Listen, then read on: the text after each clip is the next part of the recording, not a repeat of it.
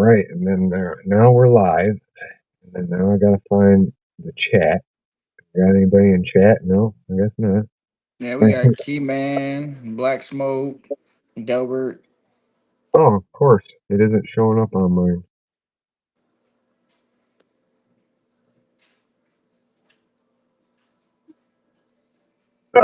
Let me put it on here. Well, at least you can see it, because I don't see shit. So you may have to pay more attention to We'll work it out. yeah. But anyway, here we are live. I found this guy hanging out and uh, just doing a video, and he was just sitting there picking and just talking. And I was like, I gotta have this guy on. He's the type of guy I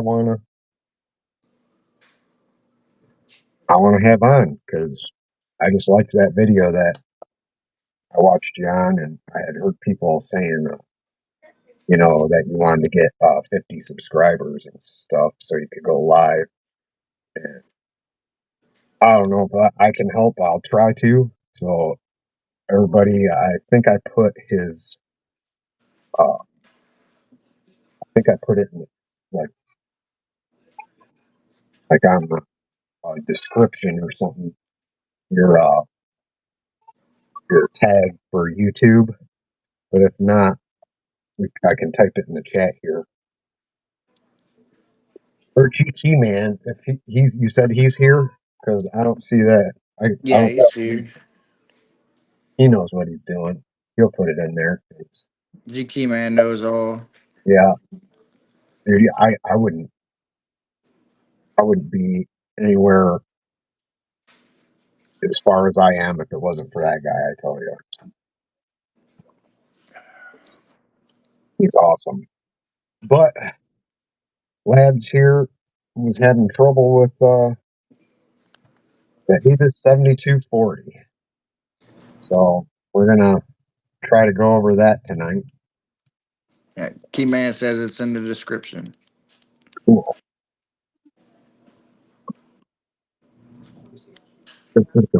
Thank you, G Keyman. He's also put it in chat. And my chat's not working. Oh, there's it. It's up on my TV on my other one though. So I guess we'll start off with the 7240, and my lives, if you've watched any of them, kind of go awry sometimes. I don't. Lock picking is huge for me, a big thing in my life, and probably with my little touch of the tism and uh, obsessive compulsive behaviors, and but I like to use it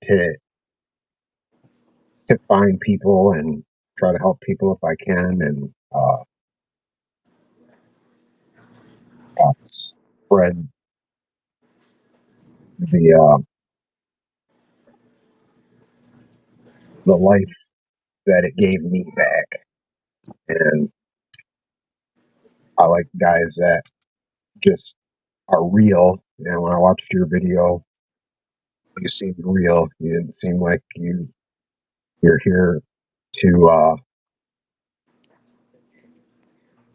be anything other than you are. Right. And I appreciate that. I don't want to get too far off topic. I want to teach you and everybody as much as I can, but I just wanted to touch on that. And with everything going on, I want to make sure everybody knows that, if anybody needs to talk or something like that, don't hesitate to try to get a hold of me. You can find my uh, email, my Facebook, Discord, find somebody that knows me. Don't be ashamed. I've been there. Yeah. So I just wanted to make sure everybody knew that. And let's get into this and see what kind of fucking shenanigans we go off into after that. Oh, awesome, that froze. So anyway, Right. 7240. The first thing that gives everybody problems is, I would say, probably the keyway. You think you got to get super thin picks to get in there, that it's really difficult, but the thing is, it's really not. This is where's the 25,000? Where's the thickest pick I got? Here's a 25. Here's a 25 super deep, brand new of the new style dog leg, the deep dog leg. Oh, excuse me. Now you wouldn't think that would fit, and you could pick anything with the 7240. Look at how deep that is. But it's all in this keyway. You don't have to worry about this warding. See, it won't go in like this.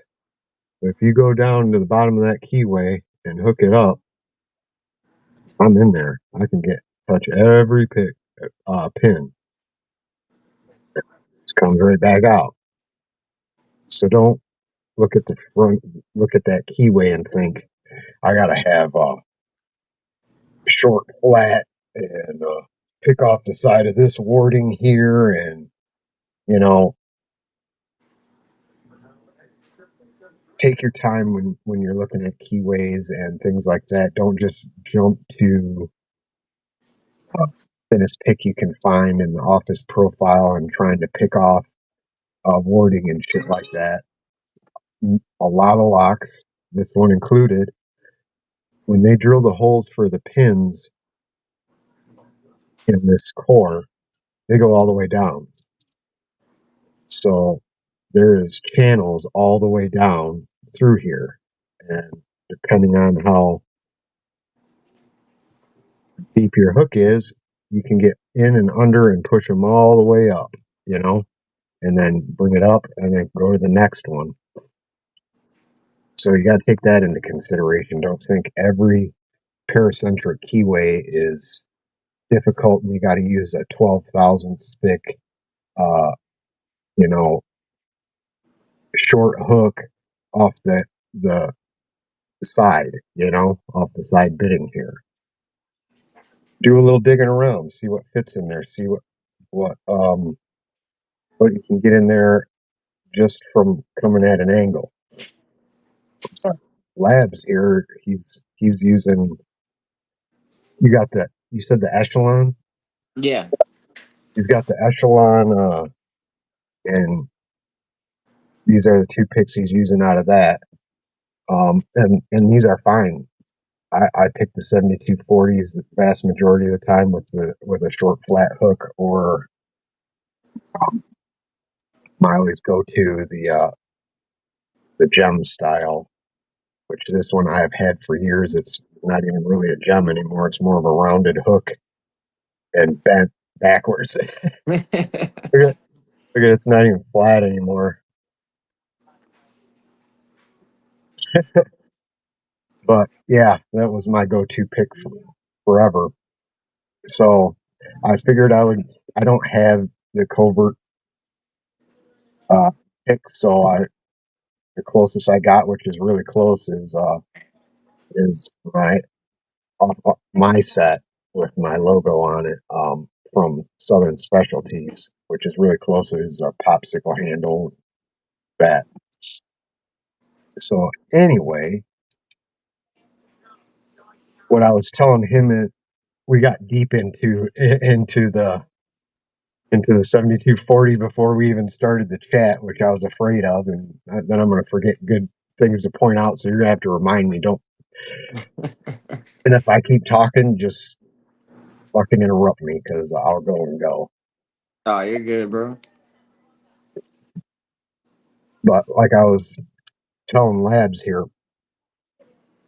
The 7240 and spools in general, you got to take into consideration when you think you've pushed that pin high enough and you're like, oh shit, I'm going to drop everything and stuff like that, you're going to be okay because here's your spool pin, here's your key pin and your keyway here. Um, what happens is you get into the false set, which let's see how good that looks. That looks pretty good. Um, so you got your core cocked there, but you still got the bottom of that spool. You're gonna push up and you're gonna be like, oh shit, and you're still not even there. You got to get it in line, and you just got to push and believe in yourself. You got to believe you can fly, and then it pops. It's the counter rotation, and that's what I I think that's what your your biggest problem is from what we talked about earlier. Is you're like, oh no, and if you just went just that little bit more Yeah. and just said screw it. I feel like I'm gonna break my pick. So I'm Yeah, like, but that could be, you could be right, you could be on the wrong, there could be another pin in there that's maybe a little sticky. So so you actually set the driver pin, but that pin's sticky and is stuck like that, and hmm you think it's a binding pin when it's really not. It's just a pin that's stuck up there and not giving you the jiggle. right. And what you're doing is just pushing it like that into nothing. So you got to take that into consideration too. Because I think people don't explain that with the jiggle test. You know about the jiggle test, right? Yeah.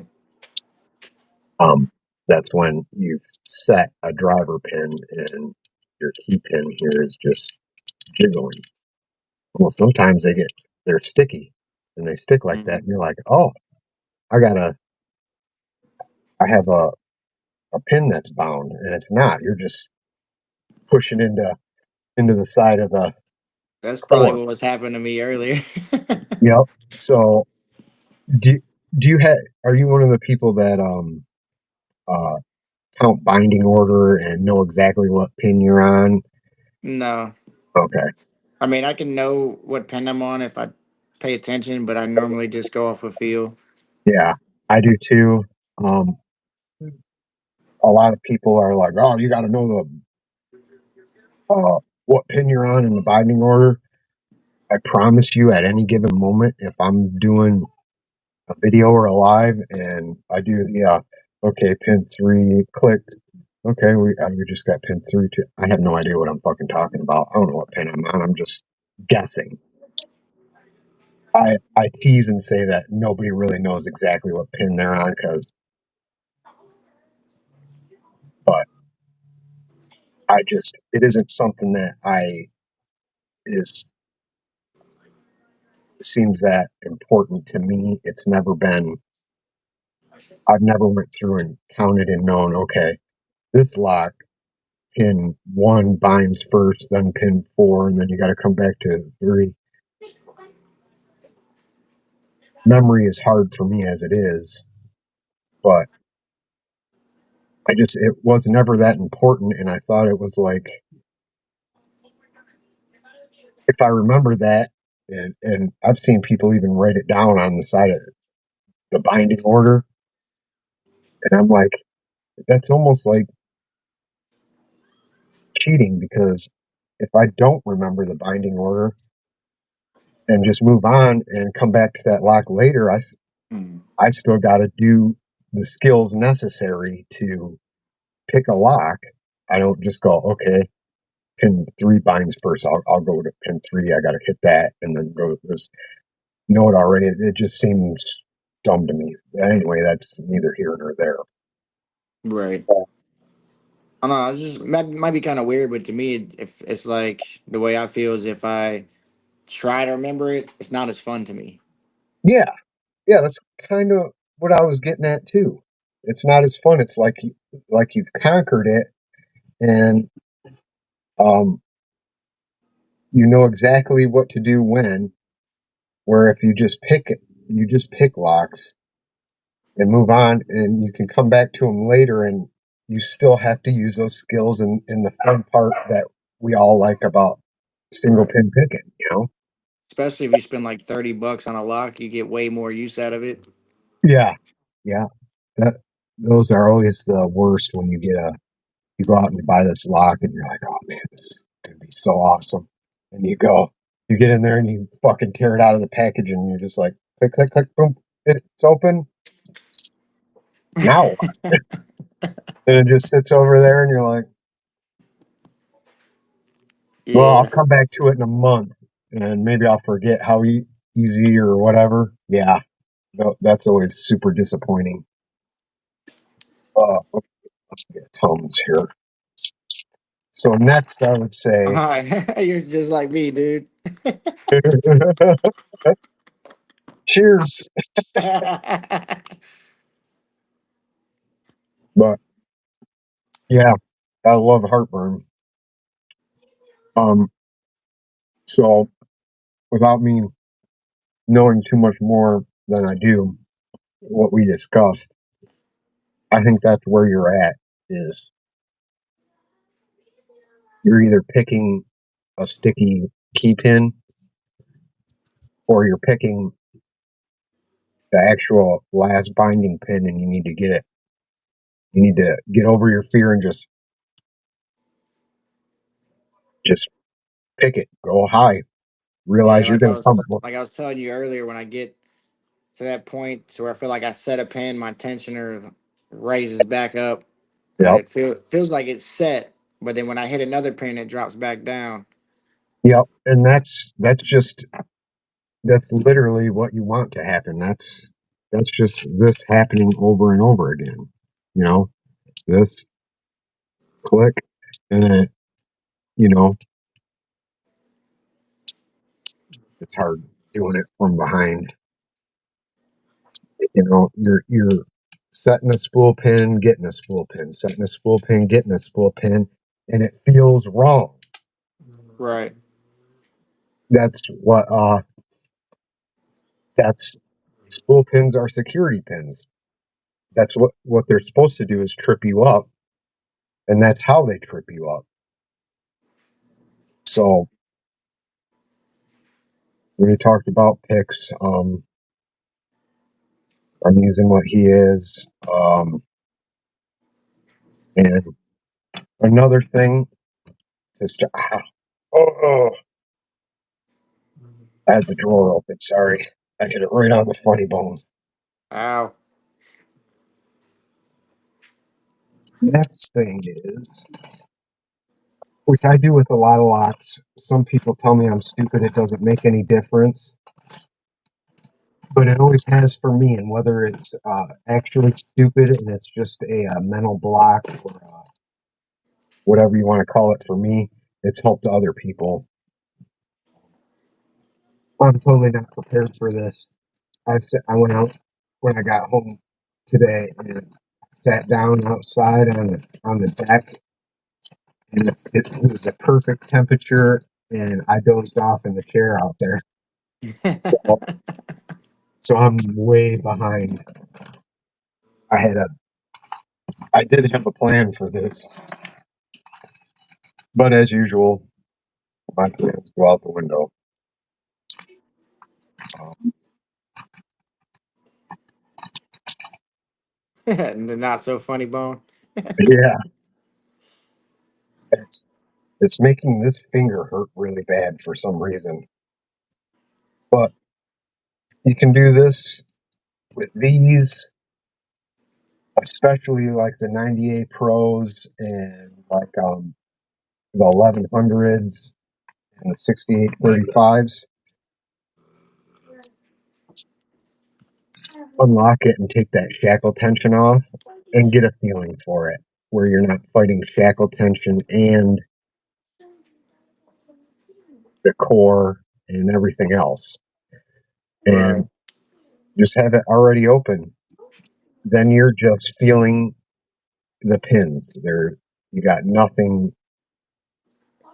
to work against, and once you get it with that, then shut the shackle, and you just got to remember the difference now is everything's just a little bit tighter, you know? Right. Unlike with like the 98 Pro or 1100s and stuff, where the shackle tension can be quite um, quite in play. But yeah, so the next thing I would say is, and the most important with these, is tension. And it's with any lock. Tension is more important than your pick profile, what pick you're using, how good of a picker you are. You can be the best technical picker on the face of the planet, but if you're not, you don't, you don't understand tension, you're nothing. So my tension with these is pretty heavy. You can see that's where I start out. Okay, Right. and these 7240s, uh, I'll probably gut this after, so we can go over this lock from top to bottom, in and out, so you know it and you can visualize it. But these pins are significantly smaller than even norm. Okay, you got your normal lock and key, like a mortise cylinder, your house keys, Schlag, uh, all that. That's your normal size pin. This is what I wanted to have set up earlier, but it kind of went awry. Padlock pins are a little bit smaller than those. L.A.B.S has microscopic pins in here. So you got to take into consideration that these pins are significantly smaller than what most padlocks are, and every uh, mortise cylinder and average lock you're going to come across. Right. So you Yo, start. no shit. No fucking way. How did it feel when you? What did you do different this time? I played with my tension a little more. So when I felt that counter rotation for each pin, I kind of let off and let the tension remove until Like it set. Yeah, and that's then that just what last I. one, I actually, to get it, I had to switch to my deeper hook, Yeah, and then I found that pin and it's on that counter rotation. I pulled up on it, and it finally felt the cord go loose. yeah, that's No awesome. shit, dude. You got it on camera too. That's That's awesome. wild. Yeah. That's awesome. Oh, I feel good that maybe I possibly helped you. And using kind of what I was teaching you earlier, and literally just was the next thing I was going to say, is my tension goes like this when I find the binding pin. Right. See that one? It's always number one, and it went into I'm a little bit of a false set, and I was pulsating it, or right. what we were doing. And then now it's just finding the binding pin after. There's that rotation, counter rotation,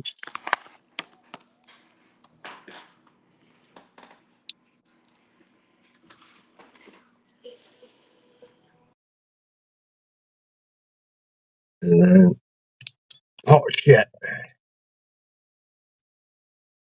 I had that fucker too. And I'm trying to show on camera. But yeah, that's what I was just showing him how he got it was with that pulsating tension. It's all in the tension, especially with the spool pins.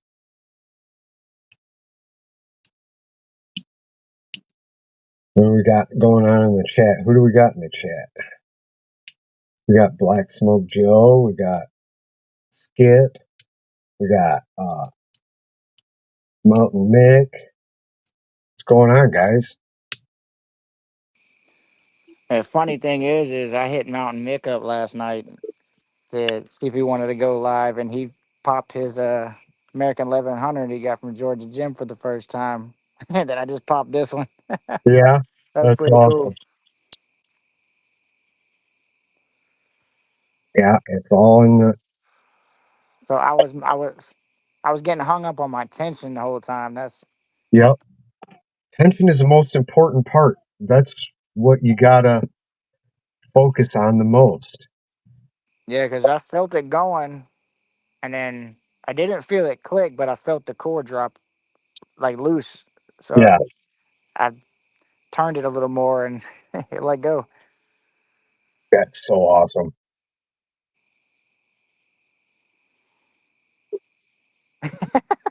GT That's Man awesome. says when you're picking or gutting, the words you never want to hear is "oh shit." Right. Which we're about to possibly hear in a minute here because I'm gonna gut this guy and uh then show you guys the difference in the pins. I don't know if you do any gutting yet or anything like that. Um, No, I still haven't gotten around to getting me the tools for it yet. yeah, and that's fine. I struggle with gutting even your basic stuff like this a lot of the time, and today's not going to be any different because my hands are really sore.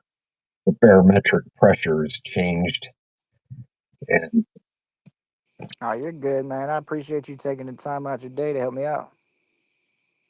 uh, it's more of a it's more exciting for me than anything, you know, because it makes I've spent a lot of years picking and a lot of years and tens of thousands of dollars on locks and picks and uh, thousands and thousands of hours picking locks. And the fact that somebody wants to learn something from me kind of validates all that blood, sweat, and tears and every penny I ever spent on it and something like that. So it's super exciting for me, and I'm I feel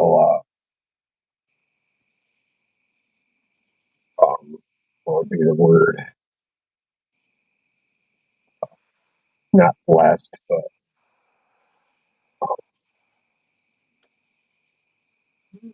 honored that somebody would want to learn something from me. Right. I understand that.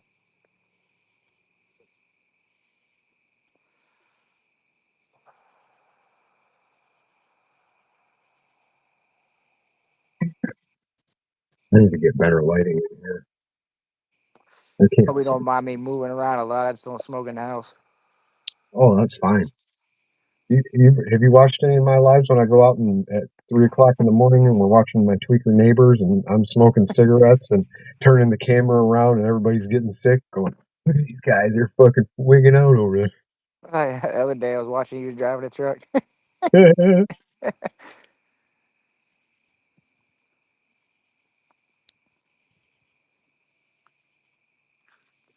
Yeah, when I'm driving, that's when I, for some reason, get the most inspired to and best thoughts and ideas about videos and stuff. And then I can't write it down because I'm driving, or I can't find a pen if I'm at a stoplight and I still remember it. And then by the end of the whole situation, I already done forgot it. So I decided that I'm just going to put the camera on.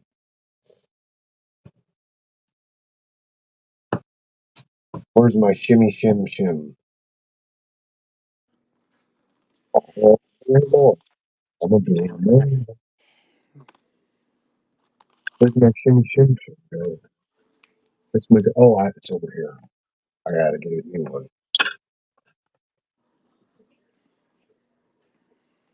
And when you guys get into gut and locks and things like that, I promise you, you're gonna brick one. I promise you, you're gonna have gutting disasters.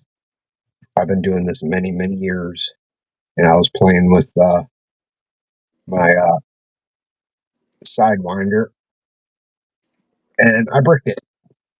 So I'm in the middle of picking it and shimming it and getting it back open again because I don't know what I was doing, and I bricked it. But I can fix it. It's just time consuming sometimes.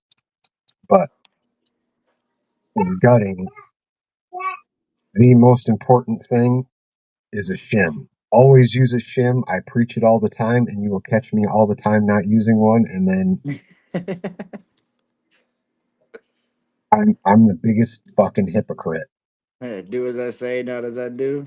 Exactly. And I pay the consequences fucking dearly quite often. So there are more springs in the corners of my floor and under my desk and pins. Your vacuum cleaner loves you. Yeah,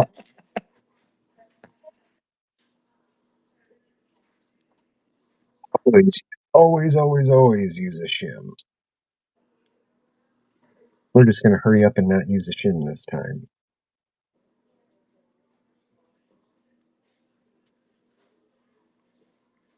But seriously though, I appreciate it because I want to see you guys going, oh shit, motherfuckers, and then that lock you're working on and enjoying for the moment is out of commission until you find springs or pins or, you know, or a new core, and that sucks.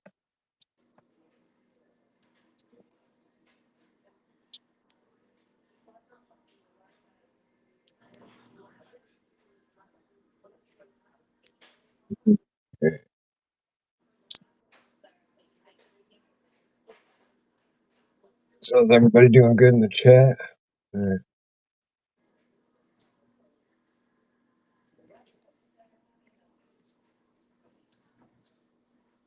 Yeah, I found a spring in my beard, and I hadn't gutted a lock in like a week.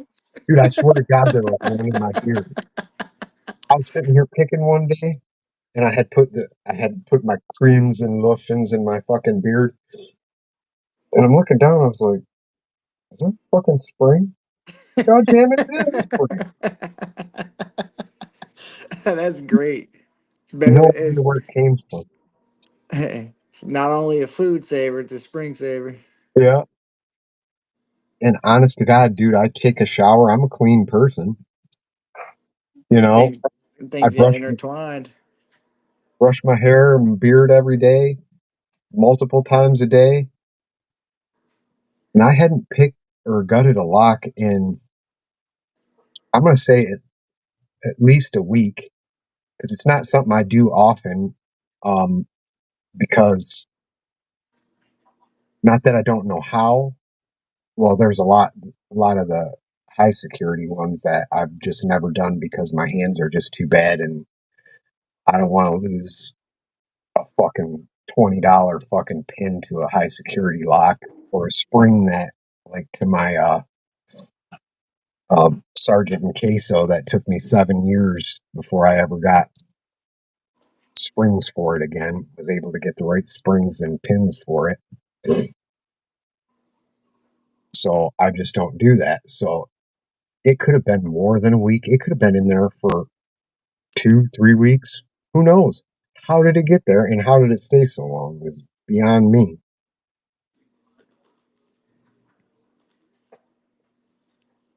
But I will pull this apart and then I'll show you guys as best I can and probably have a gutting disaster and drop the fucker on while I'm trying to get it up into the camera.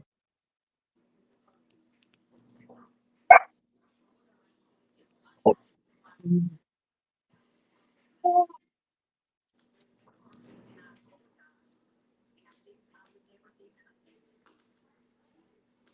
is so awesome. You got it. So awesome. I feel accomplished. Now my hands are about to hate me because I won't leave it alone now. Oh, I'm the same way. I'm the same way. SG Key Man. I've had to give him locks because I would not give up on him, and then like there. Ooh, that one almost got away from me. This is why I don't gut. Um, I get seriously obsessed about overly obsessed, and I won't give up. I've had to give like I gave my uh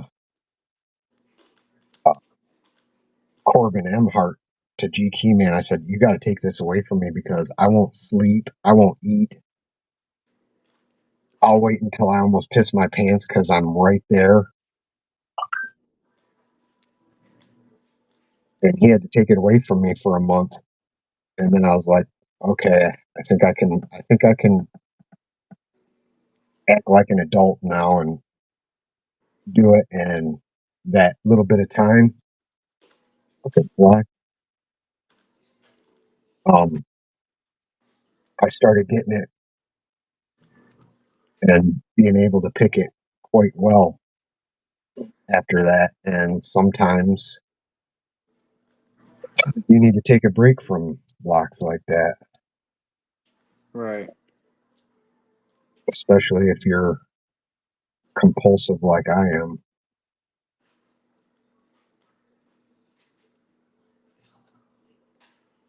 And I suggest these followers, especially for new people.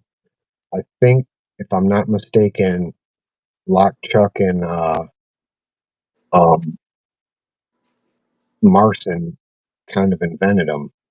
See, what you do is you go in and say it's in a cylinder. You go like this, turn it, turn it, turn it, and then the pin just lifts up slowly so you can take it out so it doesn't just pop right away. So you can see, like with this, you get a light in there.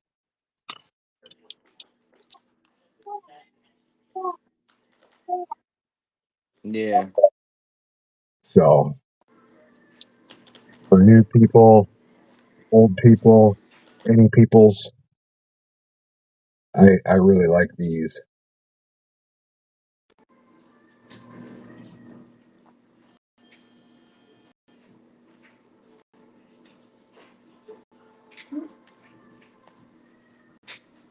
So anyway, what's your goal in picking? What are you looking to accomplish? Are you looking for the belt system? Are you looking for? I mean, I've looked into the belt system when I first started. It's to me that is it's cool, but it's I use it more of steps to learn to get me to the harder locks.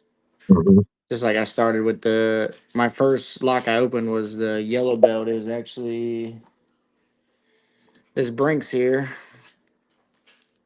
So I got my yellow belt. But to me, I mean everybody's different, but to me I really don't care about the belts. It's more of the steps it takes to be able to advance myself to the harder locks. Yeah, But I mainly just picked because it's like a stress reliever to me. it is to me Um, too. I work in kind of like the mechanic type field, so figuring out how things work and challenges works for me very well. I used to play a lot of video games and stuff, but that just kind of got boring after a while. You can only do that so much, and this Yeah, actually keeps me more engaged. yeah, So yeah. I don't think I really have a goal, honestly. It's just It's just seeing you how much do. I can learn. Yeah, yeah. I get that. I'm not a big belt system fan. I was doing it for so I had more things to talk about and relate with subscribers and things like that. And now I'm over the LPU. I got some real issues with them, and I'm going to be going head to head with them here soon. But yeah, I'm the same way. It's my brain goes at 1,000 miles an hour all the time, every day and night. It makes me so I can't sleep. It makes it so, I'm discussing locks with you right now. I'm having another conversation in the back of my head about locks, and then another side one. And I'm thinking about what my plan is for tomorrow. This, I can make all that come down and focus and quiet everything for a little bit. Right. So it's a huge stress reliever for me too. And it helps with, I've got, it's called familiar tremors. It's a neurological disease. It runs on my mom's side of the family. And as you can see, my hands shake. They're not shaking too bad right now, but um, they shake pretty significantly. And if I get upset or frustrated, it gets worse. And then it just spirals from there. And it's a way to calm that down. Broke my hands quite a bit and my knuckles, and I can't even get this ring off this finger. So it just is fucking fucked up. Um, so I'm getting really bad arthritis, and it's making my hands numb. I think it helps loosen everything up Right. and keep my hands. Because if I just don't do anything all day, my hands are. I'll be like, just to make a barely tight fist. But if I pick and keep my hands moving, and with this, it seems to help quite a bit. And getting that exercise in those muscles. Yeah, I think I think it's really helpful for dexterity and things like that, and it's really helpful for my mental. I've seen and done and lived a hard life, and it took its toll on me mentally. And when you've suffered with depression and mental health issues like that, and then you compile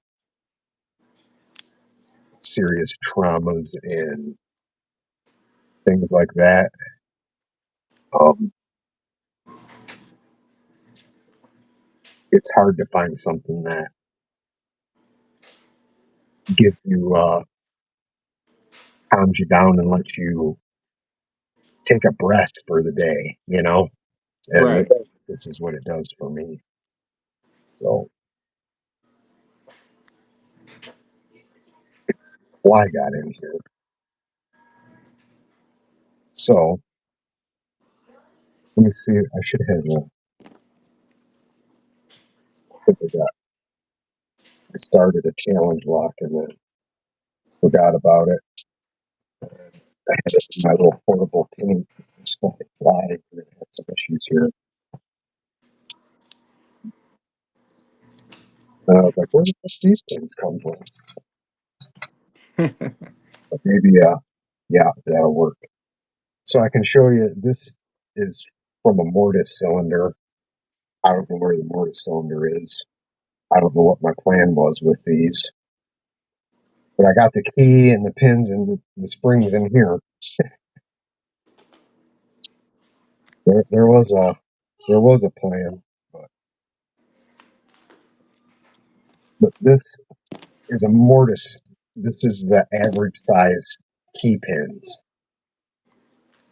and I'll show you the difference in the average size key pins and the Avis. How I gotta be careful because I'll get a crazy shake in my hand and lose everything. Oh, yeah. Here,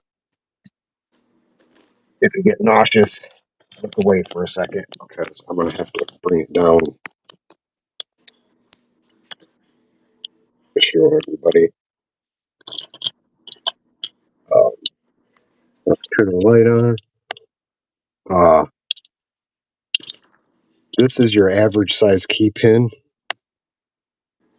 Is it right here? Look at the size difference in these, Yeah, they're definitely a lot smaller. and then look at it compared to, like you say, you got the dog legs there. Look at it to your normal size pick. Look at the difference. See how you Yeah, could easily grab two? right. That's another thing that makes these 7240s difficult, and the difficulty fun about it. But it's I think it's important to realize that that's the that's how big a difference the pins are. That's significant.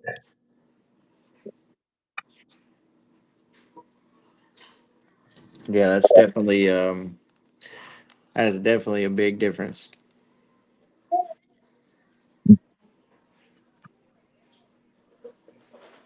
So we've picked, and you can keep picking. I'll keep picking too. But if you're okay with it, where are you from? How old are you? What are you about? You got kids? Yeah, originally Tell I'm us. a Florida boy, like a Yeah, few others I've met. I'm up here in Virginia currently. yeah. Yeah, I'm 32. Feel like I'm 60. And yeah, I got three kids, All girls. all girls, including their cats and the dog. So I'm surrounded. There's So so much estrogen in your house, yeah. you might develop a period. Uh, I hope not. right. Wife says I act like it when I don't have any smokes, or every time I try to quit. I try to Yeah. quit, and she'll say, "No, no, try tomorrow." Try tomorrow. Yeah. I wish I could quit too. I try. I guess I'm not a big fan of saying that. I put a slight effort in knowing that I'm not going to, but say I am, if we're going to be honest, you know? Right. And then there's that one thing that will, will be like, oh, damn it, and make me mad. And That's my job. yeah, Because I'll quit, and then I won't buy smokes. I'll go to work, and the boss will tick me off with something, and I'm asking for a cigarette, and then now I'm yeah, buying a pack. yeah. I'm only going to have this one at lunchtime and then I'll be all right because he's fucking being an asshole today. Yep, I know it. Well, my problem also is I smoke a lot more than most people because I can't sit still. I need to do something. So we can step out and smoke, and somebody will have one cigarette, and I've already had like three or four because I'm gotta stay busy. Yeah. Yeah, yeah. I think we may be brothers from another mother. I'm the same way, and I got to be busybody moving or something. I'll have one lit and one in the ashtray, lit,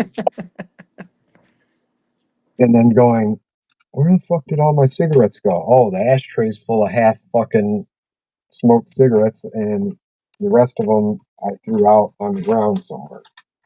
Right. But I lit two at a time and walked away because I seen something shiny.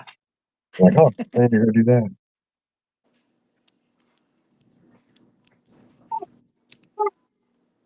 And I'm normally pretty good when I'm at the house. I don't really smoke as much at the house unless I'm drinking. Then that becomes a problem.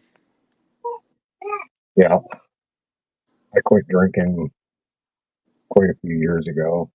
I've slowed down a lot. It's And and I say things and people take it the wrong way. Don't take this the wrong way. To me, drinking is one of the worst things people can do. It's tore apart my family. I watched my dad die from it, and I turned around and at one point I was drinking a half gallon of fucking whiskey a day. right. But then I lucked out and I just got sick one day from drinking too much. And the smell of alcohol makes me gag, and I'll have a beer here and there, because I Right. do like a beer. I do like a shot every once in a while, and then I regret it afterwards. And I'll get drunk maybe once or twice a year and Right. regret, but I just careful with the booze. I don't want to see people go down that road. I went down that road. I've been a fucking Yeah. addict my It entire life. was it was heavy in my family too. And then I got really bad with it and I got in a car accident. And luckily I kind of got lucky with the court systems. The officer never showed, so I kind of got blessed with that. So I kind of slowed down a lot. Only do it when I'm at home. Don't Yeah. drive. Yeah, so I'm definitely I grew up really fast, so I didn't have much. I mean, I had a childhood, but not as much because I was forced to work for my family when I was younger. So I matured really quick. So I kind of got to a stage to where, yeah, I'm 30 now, but I want to be 12, and So, uh, it kind of caught up with me a little bit.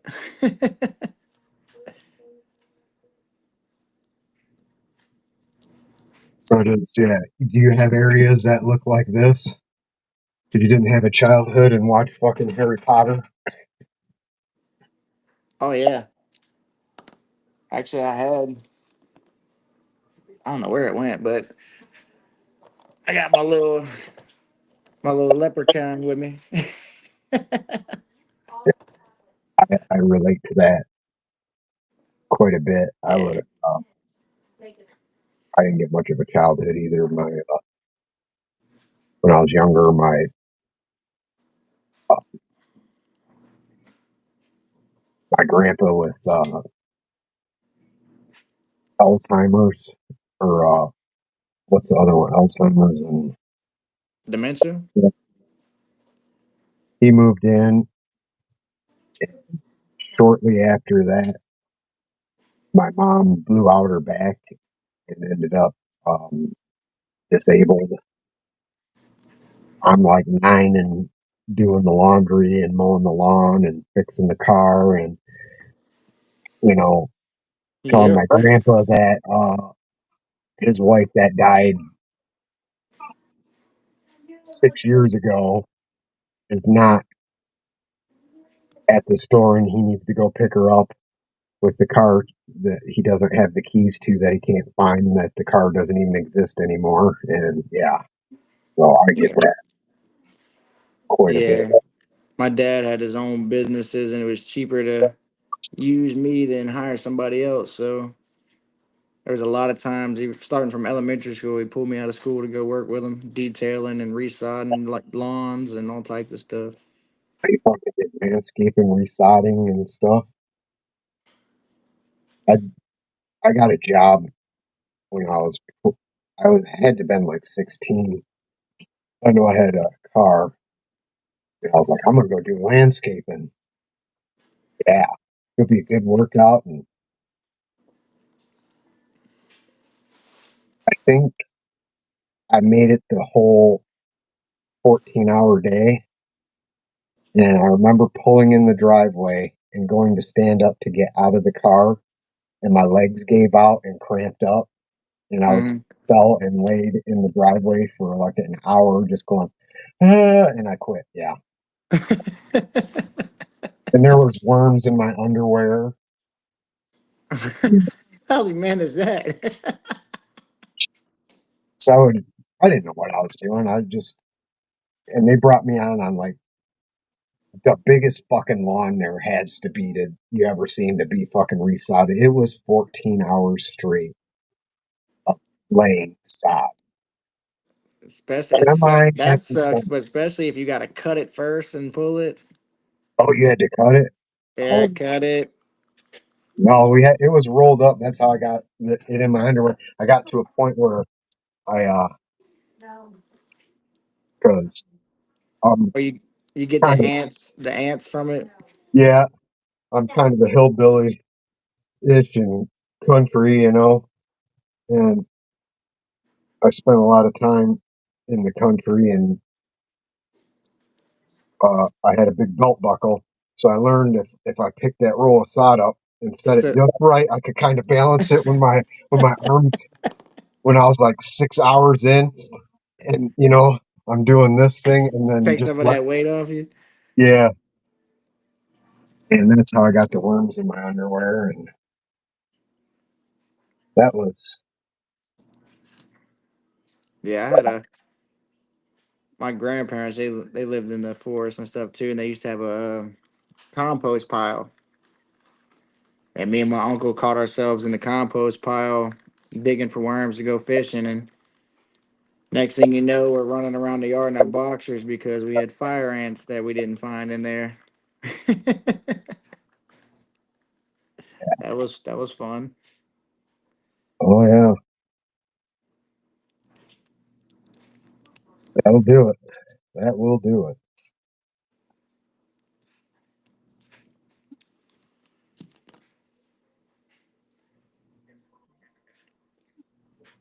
But yeah, it's funny. I find a lot of people that are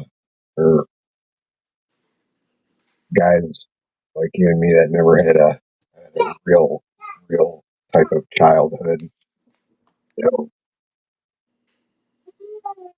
and like I've got into it with people before, because I got fucking toys everywhere and I like them, and I'll fucking set them up around, I don't give a shit, I Yeah. didn't get that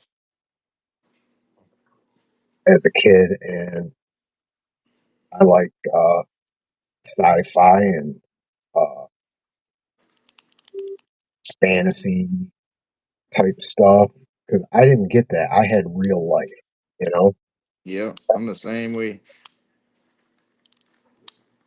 And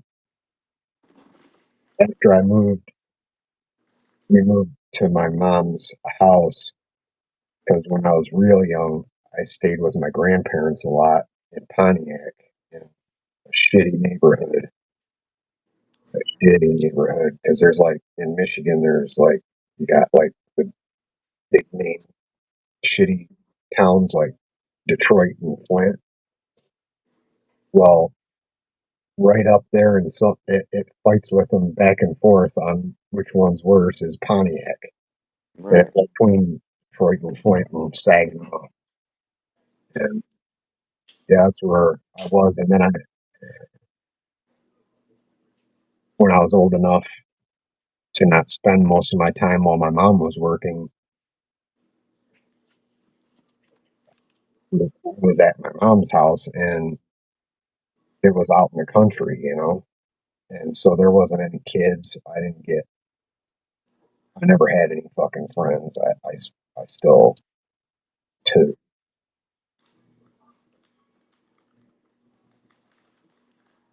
I didn't get a childhood. I didn't get to play all that shit. I didn't have kids to play with. I worked on the horse farm, and took care of my grandpa and my mom, and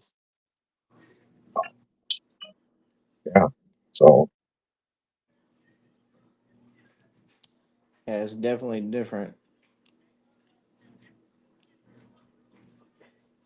and I've had people, and I've got into it with them big time about it. I just, it's actually it's kind of like my dad when my dad died when I was my dad died when I was 15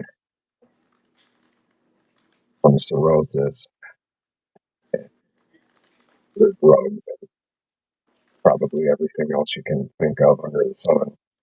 But um, when he died, I kind of moved in with a Italian family and stuff, and they, you know, when I was older and I had silly fun things like that. He's like, you got to be a man, you got to be this, and that's not Hmm. being a man. And I'm like, you know what? I'm a man when I need to be a man, but sometimes I need to be what I didn't get to be, you know? Right. So I remember when I first moved up here, it was funny, but it pissed me off at the time. But now I think about it, it's kind of funny, but it was true. I went to get my first car at a dealership. I was looking at a used car, and they said, sir, you have no credit. I was like, that's good, right? He's like, that's worse than bad credit. I'm like, how is that? He's like, well, you need a cosigner and a down payment. So I remember I called my dad and I'm like, hey, why the fuck you ain't teach me about credit? He flat out told me I taught you how to survive and hung up the phone. Yeah, I was mad, but I couldn't argue with that. yeah. That's it's it's sad, and I ended up doing the same thing to my kids, and I'm because I didn't know, you know, I was never taught. It's sad the things that we didn't learn, and then we learned some real life skills, but not the skills to be successful. We learn the skills how to survive when you're not successful. You know, Right. how to hustle, how to, you know, Hmm. how to make gourmet fucking meals out of ramen, make jailhouse fucking, you Yeah. Yep. You learn how to use sliced bread 100 different ways. know. Yeah. And the bag in the wintertime to put over your feet so your feet socks don't get wet when you're playing in the snow. I didn't Yeah. experience snow until I moved up here, and that was terrible. Yeah. Fuck snow. I curse my wife to this day for that. Yeah. I moved up here and never seen snow before in my life, and it ended up being snow like a blizzard. It was a couple feet of snow. So we go out in the yard, and I'm walking around in the snow, and I didn't know nothing about it. So I stuck my hand in there to grab it, and it was so cold it felt like my hand was burning. I went right back in the house. Yeah. See, like my brothers and sister were all born and they're quite a bit older than me.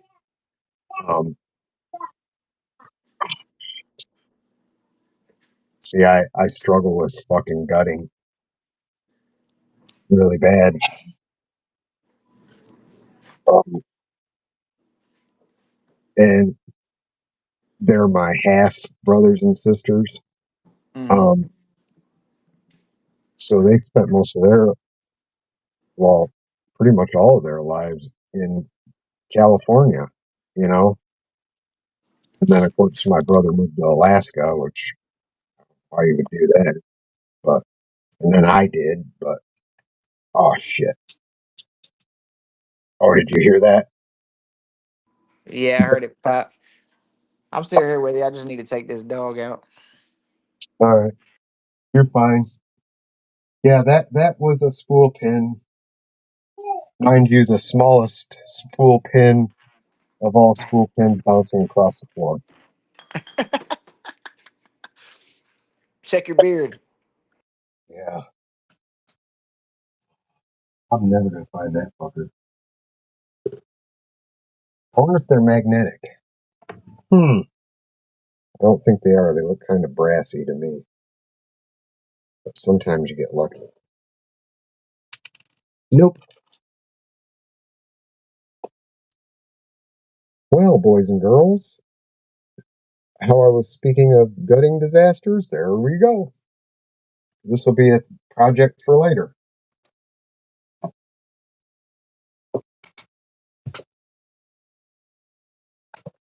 But like what I was saying, I could tell that about you when I was watching your first little video there, and I thought, this is the type of guy I want to have on the show. I know I can, we would be able to have good conversation right off the bat and learn. And so that's why I hit you up and to see if you wanted to do a show and help get your subscribers up and get you introduced to some good people. Yeah, I appreciate you hitting me up and started watching some of your videos and really enjoyed the content. See, and that Yep. surprises me. My content is so fucking spastic. And I look at all these other YouTubers and stuff, and theirs is all like presentable and shit, and I'm just a fucking flaming train wreck, on fire off the tracks. I'm the same way. I mean, I enjoy all content, perfect, imperfect. I enjoy it all. If I can learn something from it, I'll watch it. Yeah, I try to teach people something. I try And to, mine's definitely all over, going to be all over the place because, as you see, I can't sit still. I go in and out the house. yeah, I know you're making me. I'm gonna follow right behind you here, probably in a second. But and I don't know, maybe sometimes I come off preachy. I'm not religious or anything. I'm not preaching that type of thing. That's a path I'm not willing to go down at this point in life, whether I do or don't, or whether anybody does or don't. As long as you're happy, I'm happy you're happy. But Right. I've seen and done and been a part of a lot of fucked up things, and I've got a second chance here that I don't deserve. I truly don't. I got to get back in contact and stuff with my kids, and I get to stay with my daughter and my grandson and stuff like that. And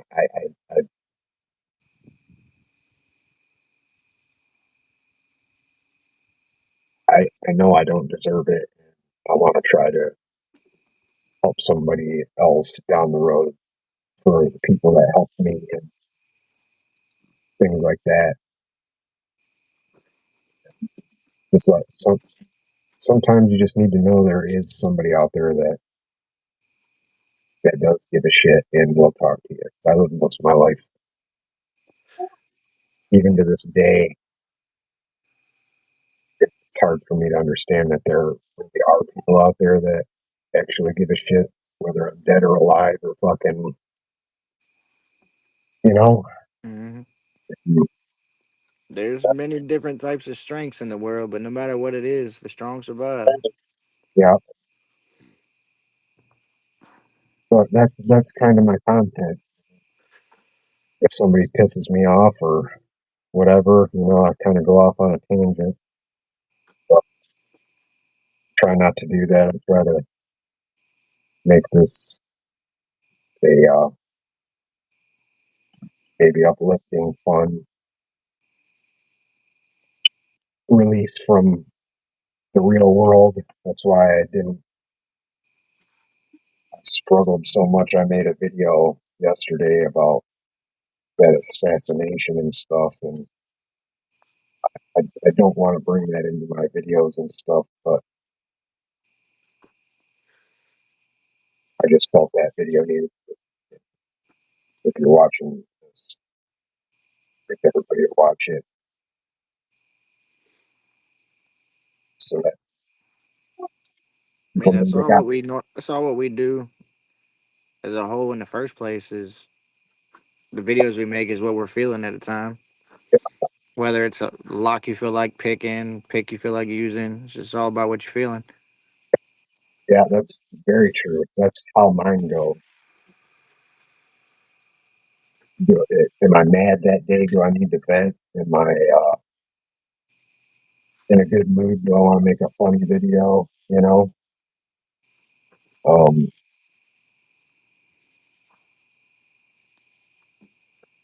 things like that. And I use something that I really love to try to hopefully maybe one day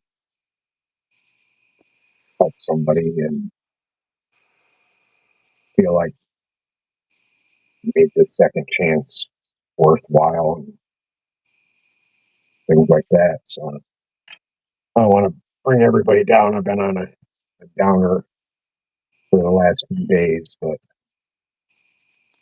that's Well, kind of my content, and it's real is what I'm getting at. It's real. It's if I don't pick the lock, I'm not gonna edit it out and only show you when I pick them or only on the days I have good days.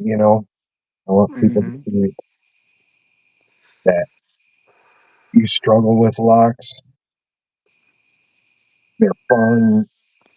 I want everybody to see the whole thing, and that's just what mine is. right. It's real. And when I heard you talking, I was like, that's a real motherfucker right there. I gotta have him on. I gotta say something to him. Because usually I hear, add this person, add that person, and I'm not saying they're, wouldn't be good to be on the show. And if anybody wants to be on with me or do a live, just ask. I'll put you on. I don't think about it unless there's something that really sparks my interest. Not, and that sounds bad too, but um, anybody who wants to be on with me, go ahead. You're more than welcome to. But Right. I just thought we would hit it off and be able to go from there. Yeah. Well, if you're up to it, I have this little bastard that's giving me a hard time. We can do that. I'm not gutting it. I've got a disaster fucking going on here. See, I told you it fucking goes off the rails. Yeah, I have yet to open this one either. Yeah. Let me see the key bidding. Did you buy it brand new or Yeah. you bought it brand new? Okay. All right. It's not a bad beat key bidding. Um, you don't need any serious stuff for that. Let me find my 1100s. 1100s. I'm going to tell you right now. I'm in the same group as Lady Locks. Fuck 1100s. This is the first one that I've bought and that I've gotten a false set maybe once or twice, but I've been like, fuck this lot too. They're Because even out of all the videos I've watched, all the advice I've gotten, everything I've took from it, I've gotten farther with the Avis than I have with this 1100. Yeah. See, and something that could be your problem with that is they use shitty springs. When Master Lock took them over, you can have a brand new fucking right out of the box fucking 1100, and the springs are fucking mush, and it Yeah, makes. because these sometimes they feel that's all I feel is the spring. Mhm. Like sometimes I can't, no matter how light I tension, how heavy I tension, sometimes I don't even get it click. I just feel the spring. Yep. And they're so. I don't think they're a good teaching tool. I think they're something you should be able to pick, and if there are some that you can't get, um, don't be like, "Oh my god, I can't fucking get this." Sometimes you just got to walk away from one and realize you're not going to get it, and maybe Yeah. come back to it a week, a month, a year later. Maybe you'll get it, maybe you won't. Maybe it's just a fucking piece of shit 1100, you know. But Right. we'll get into this. Um, sometimes people really like my the way I do 1100s and my way of teaching it. Uh, so you got ergo turners, right? Yeah, I use these. I love these because obviously my fucking hands Right. they're all fucked up. So that I Yeah, I got these as well. I use these sometimes, but after holding picking in hand for so long, I switch over. yeah, yeah. That's one thing we didn't go over with the other one, picking in hand and picking in a vise. Um, when did I get it? I think maybe November, December of last year. I got my first vise. I've picked everything in my hand up until November, December of last year. Lady Lock sent me a vise. I never had one. I didn't learn on one, and I can pick in them now, but it's kind of difficult for me for a lot, and especially padlocks. But you're definitely going to want the 50,000s. Yep, that's what I'm using. Make sure it's the tightest one you can get in there. And like I said with the 7200, don't be afraid and don't listen to any fucking asshole that tells you, oh, it's not the same if you pick it with the shackle already open and not the tension. We're not here to be a fucking locksmith. If you are, and or you feel that you don't want to learn that way, that's fine. But there's some I had to do like this. There's some that I had to progressive pin, which I will explain how to progressive pin, but I'm not losing any more, no more shit tonight. So I'm not going to gut these, but I'll explain it. The 1100s, and I got one of my good buddies in here tells me every time he hears it, if he's in the chat, I'm not going to call him out on it, but he'll be like, the shackle tension on 1100s, any American lock doesn't make a difference. Well, mentally it does to me. I think it does. Maybe it doesn't to you. Maybe it does. Don't be afraid to when you're learning this stuff. Take that shackle tension off. Just get a feel for the pins, you know, Right. so you can start off with with the shackle open, or um, progressive pinning, which you know you start out with You can either start out with the first two pins or first three pins and learn how to open it that way. There's good things for progressive pinning and bad things for progressive pinning. The good things is you get to slowly learn and build up. The bad thing is every time you add a pin, it changes the binding order, how hard or soft you have to touch each individual pin. So if you had 3 in there and put 4 in there, and that first pin you just had to just tap, now you don't got to touch it anymore because the third pin is binding. So you got to take that into consideration if you're going to do progressive pin. But Right. like I said with the 7240, the most important thing with these is tension. There are people that use super heavy tension, and there are people like me, for the majority, vast majority, I use feather light is heavy of a word for what I use tension. Okay. I use, I got my finger on there so it doesn't fall out. I'm not putting any pressure on it. It's just rested up against it. And like I said, with the 7200, I struggle with this. I know some other people do, and I've been doing it for years, and I catch myself getting into that habit again. I don't, you need to consciously realize that when you put this tensioner in, you want to pick it just, I mean, a millimeter back up.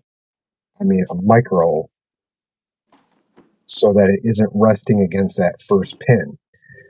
Because, for one thing, a lot of times that first pin is a serrated pin, and the serrations are sticking down, and your tensioner just got jammed in that serration or just wedged against it to where it's not, you're not getting it, and then you miss it.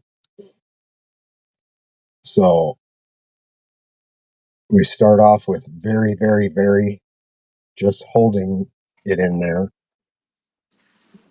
and then whatever you use, whether it's a hook, a medium hook, a deep hook, a short hook, uh, my slayer of Americans is the Peterson gem, the gem style hook. How I start the American 1100s is I turn the pick upside down. Okay. And I put it in there, and I'm not putting any tension, and I'm just touching the pins. Did you see how much the core moved down? I'm just touching them. And then once the ones that I'm just touching have, oh shit. Once the ones that I just touched, I go right through the stack. They're all as high as they'll go. I've gotten every click I can with just barely touching it. Okay. Then I apply what you would call light tension. So I've got my finger on it. I'm not really pressing, but I'm not just holding it there. There is some torque on it. There's, just a little bit. And then I start pressing a little harder. If all the pins seem bound up, see, it just went to the next false set. Right. Once I get there, when I get to this deep false set, I go back because I've pulled that uh, tensioner out, and a lot of times it starts sliding back out. I check my tension, and then I put what I would call actual tension on it, just I'm pressing on it. It's not light. It's not any type of heavy at all. There's just tension there. Because what I've done is I've went through and just tapped those pins and they went up, and I've gotten 99, if not all, of the serrated pins that are in it because they're serrated and spooled. Okay? There are people who have to hear the serration go click, click, click. When you do it this way, it just, some of them click, some of them don't. It just goes up and then your tensioner falls. So now you're in a position to where what's left is spools. And what do we do with spools? We put tension on and we push them up and get counter rotation. So now I flip the pick over, I find the binding pins, and I start doing that pulsing like I did with the 7240.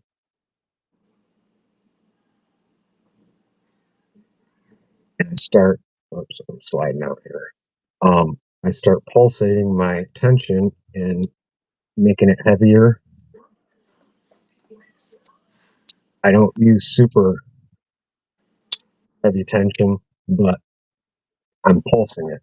So you start off with just holding your Excuse me. tensioner there to feather light tension to where you're putting a little bit of torque on there.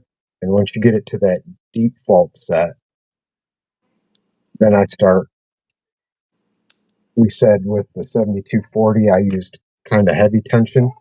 You use what I would call normal everyday tension. You're pushing on it, but you're pulsing it, and you're getting Right. to get those one or two spools or whatever you got in there. And I got to open. Excuse me. That's how I do Americans. 99.999% of them. This one, I have to use heavy tension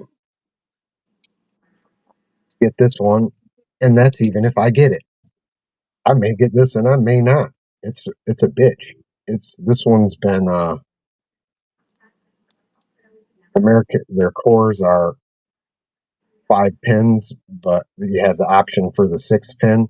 This has 6 pins and master wafers in it. Somebody put it together, and it's a bitch. I got to use heavy tension. I put like what we were talking about, the um, heavy tension like I put on the 7240, but I still start with my pick upside down. I get everything to a set point, and that's how I go through it. This one, I finally got it to where I can use my light tension, but I had to start off with heavy tension on this particular one because this one is the same way. It's got master wafers and 6 pins. This one is just your normal 5 pin, and I can just,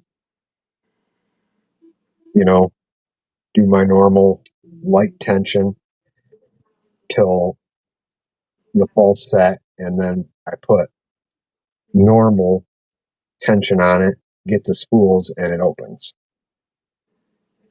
Right.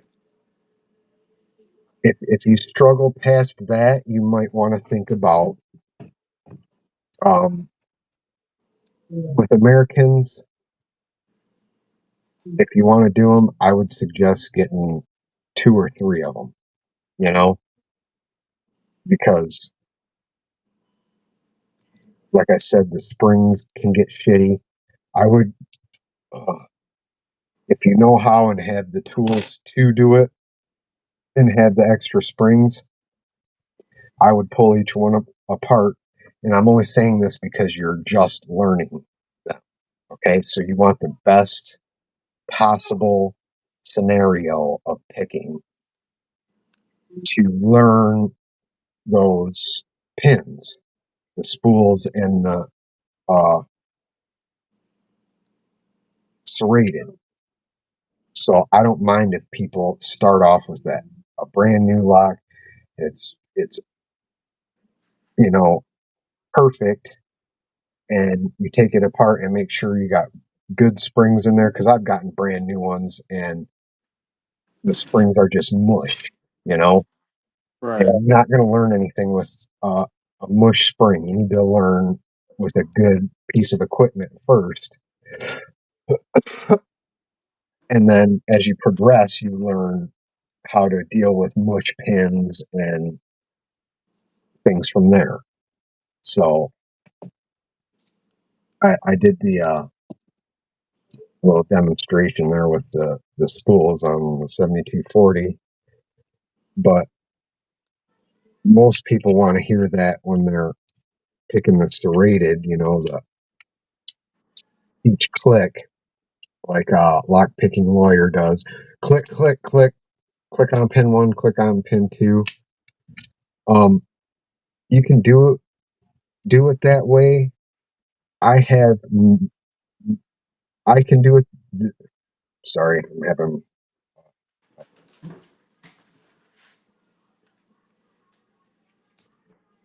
I can do it heavy tension,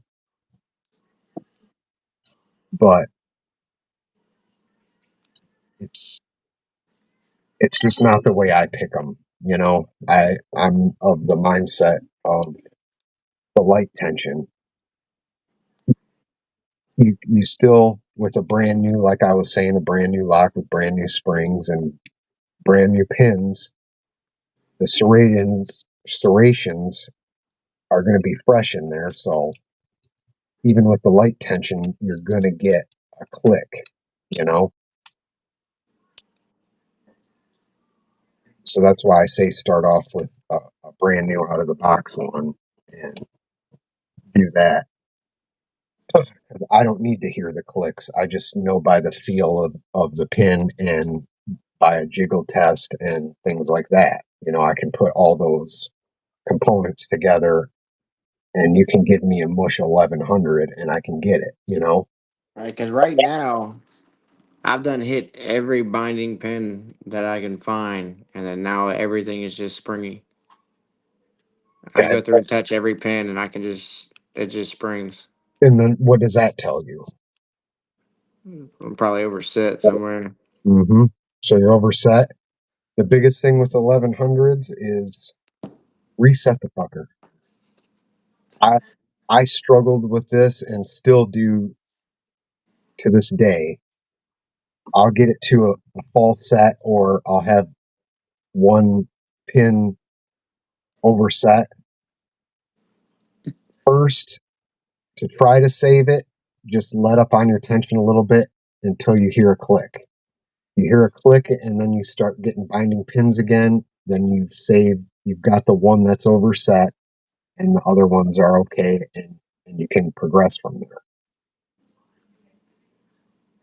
But if you don't, just reset it. These are not the locks you want to sit there and be like, all right, I got it to this point. If I just hold it here, I can get it. They get into this, I call it the dead end uh, false set, where there's actually an overset pin, but you're in the deep fault set, and you're not you're not going to get pick the lock no matter what you do. But you got that Right. dead fault set, and you got in your mind, I'm right there because I'm all I got left is my one or two spool pins, and it's open. Well, you're not going to get it because there's one that's overset somehow, and it slipped past, and then you still got into the the deep the deep false set, and it's the false set of doom. So you got to give it a minute, and if you don't get it, reset it. I know it sucks you lose all that progress, but in the long run, it's going to save you a headache. It's going to save you frustration, and it's going to teach you not to what pin you're oversetting and why you're Yeah. oversetting it. Because that's what's been killing me is right when I get my tension right and I start being able to get clicks. and then I'm kind of like locked in. I kind of forget when I'm overset. Yeah. And I still struggle with that with shit today. I I'm not gonna give up on it. I know it's right there. I know it's right there, you know? I can give up on it, reset it. Um it's not gonna kill you. There's 5 pins, you know. I preach it, but I'll be sitting here picking off camera and by myself, and I'll get this fucker in the false set of doom and still sit there and go for 5 fucking minutes and go, God damn it. Just just reset it if you don't get it in say a minute or two, you know? Right. Give it a minute or two, reset it, start over. It'll save you in the long run. I'm stubborn. I'm very stubborn. I'm the same way. Um then that brings us into you can either learn it by taking the shackle tension off if you're having trouble with or have a older lock that the serrations are pretty much smoothed out over the years it's been in use and stuff like that. Um, and you don't get that good crisp click that you need. Um, take that shackle tension off. That you'll get more feedback and more. You'll be able to hear more because I don't know. It maybe I'm imagining it. I've been told that, but it works for me. Take that shackle tension off, and something I do compulsory. I don't know if it helps at all, but mentally it helps me when I keep getting into that false set of doom, which you'll get into a repeating getting into that false set and have to reset it. And that's where you got to figure out what pins you're oversetting and are able to. And that's another thing you got to work out on your own. But reset it, put the key in it, open it, shut it. Oh, you know, I do this a couple times. And in my brain, it resets the lock. And maybe it resets my brain to start over. Or maybe it helps. I don't know. I do it. I feel it helps me. It's one thing I do.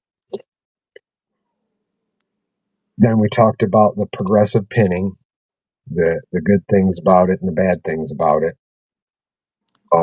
You can also do that if you have the tools and know how to. If you don't know how, you can always message me. I'll do a video with you. Um, today was a bad day. I shouldn't have done the fucking thing because I already lost a school case.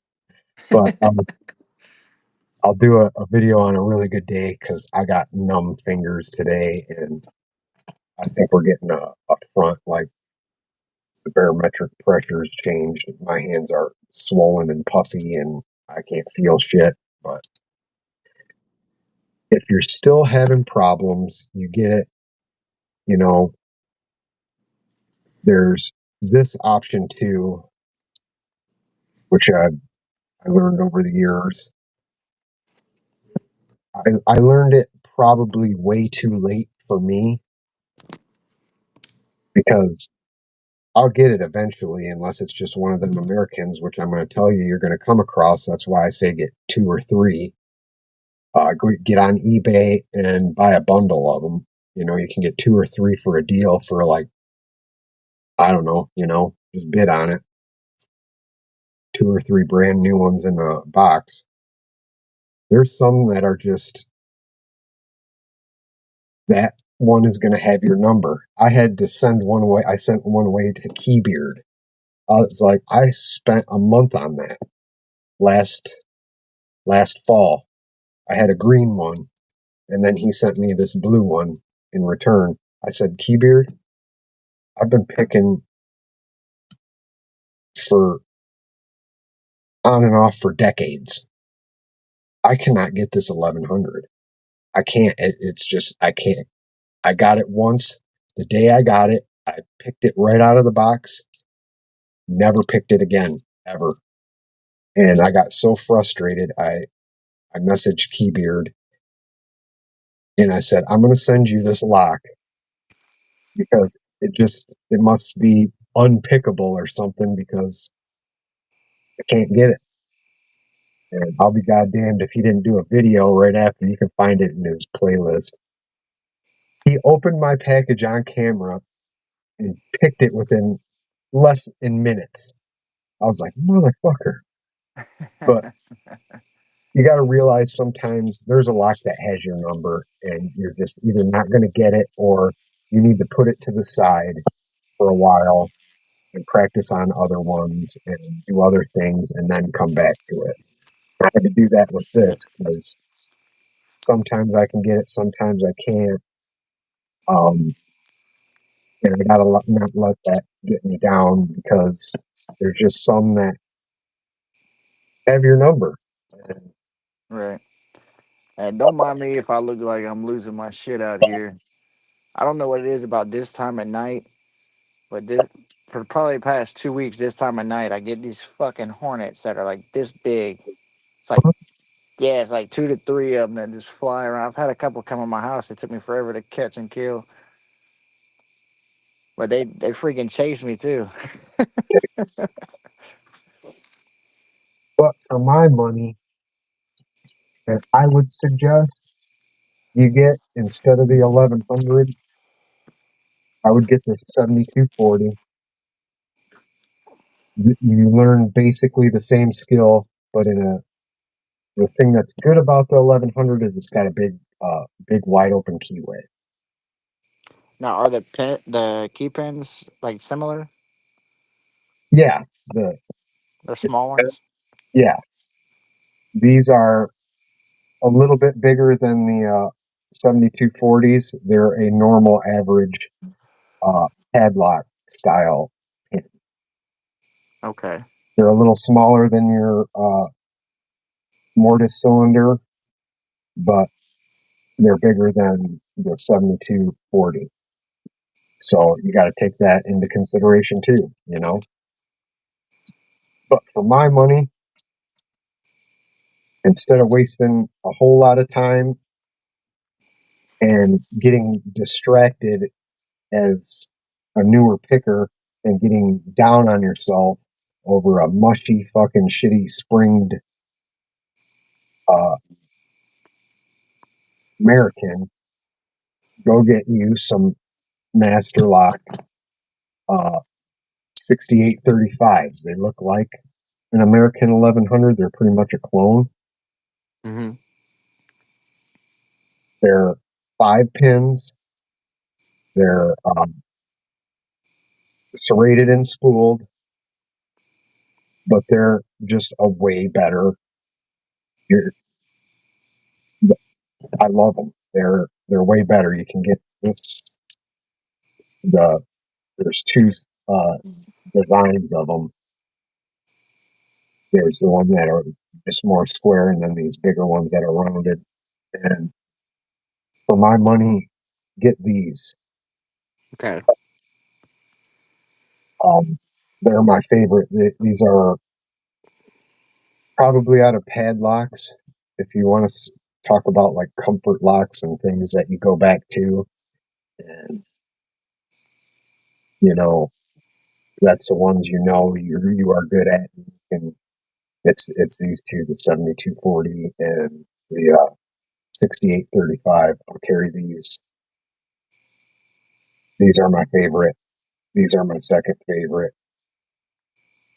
Um, It kind of subject change, but when you asked me earlier, a goal of mine, I guess one kind of did just pop up. yeah, Um, Eventually, I do want to try a challenge lock and try to accomplish one of those at some point. yeah, awesome. Those are fun, and that's what's cool about lock sport is there's so many different avenues you can go down. You know, you can go down challenge locks, making them, picking them. You can go down lever locks, dimple locks, super high security locks, safe dials, you know, and no matter what it is, even pin tumblers, man, I still learn stuff every day. I learn something new, you know. Right. That's what I like about it. So your goal is a challenge lock. I'm sending Lock Junkie a challenge lock I made. It's what I would consider a beginner challenge lock. Because with my hands, as much as I want to make all these fancy fucking rattlesnake pins and all this stuff, I've got to come to the realization that I'm not able to do that stuff anymore. You know, sometimes there's just things you're not going to be able to do anymore, and I'm not going to be able to make crazy ass challenge locks with crazy ass pins and milling and counter milling and all that stuff. But I can make fun ones. I did a couple things to it and put Sparrows has these like Christmas tree pins and um, bullet shaped pins and what's the other design? I don't know, but they're crazy little pin designs like you see all these challenge locks. And I put Hmm. those in there, and it's not super hard, but it's not. Um, I think you could pick it. You picked the 7240. You got the skills that I put in there. People need to know to do. So I'm going to get with him after he's done with it. He'll send it to you. Since I can't do all the fancy shit with my hands, what I did do to it, it was the key was a regular Schleg keyway and Schleg key, but it was a copy of a Schleg key. It was an off brand and it was a Walmart. So it says Walmart on the bow. Hmm. So I painted the lock blue and yellow and put Hyper Tough, like the Hyper Tough tools on there. So it's called Hyper Tough. That's cool. Yeah. Yeah, I'm kind of excited about that. I mean, it's not any of I, these appre- crazy ones, I but appreciate that. yeah, I'll have them send you that. Yeah, that'll be kind of an introduction to it. And then if you want to get into it, I know the guys that are into it and make shit. I mean, I think like NASA would be like, how the fuck did he do that type of shit, you know? Uh, no, Mick, I haven't opened that yet. Working on it still.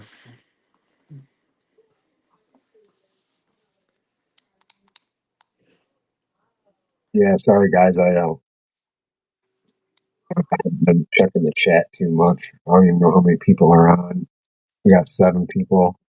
Make sure if Hey, you don't have labs, you add them. get lost in good conversation, man. Yeah.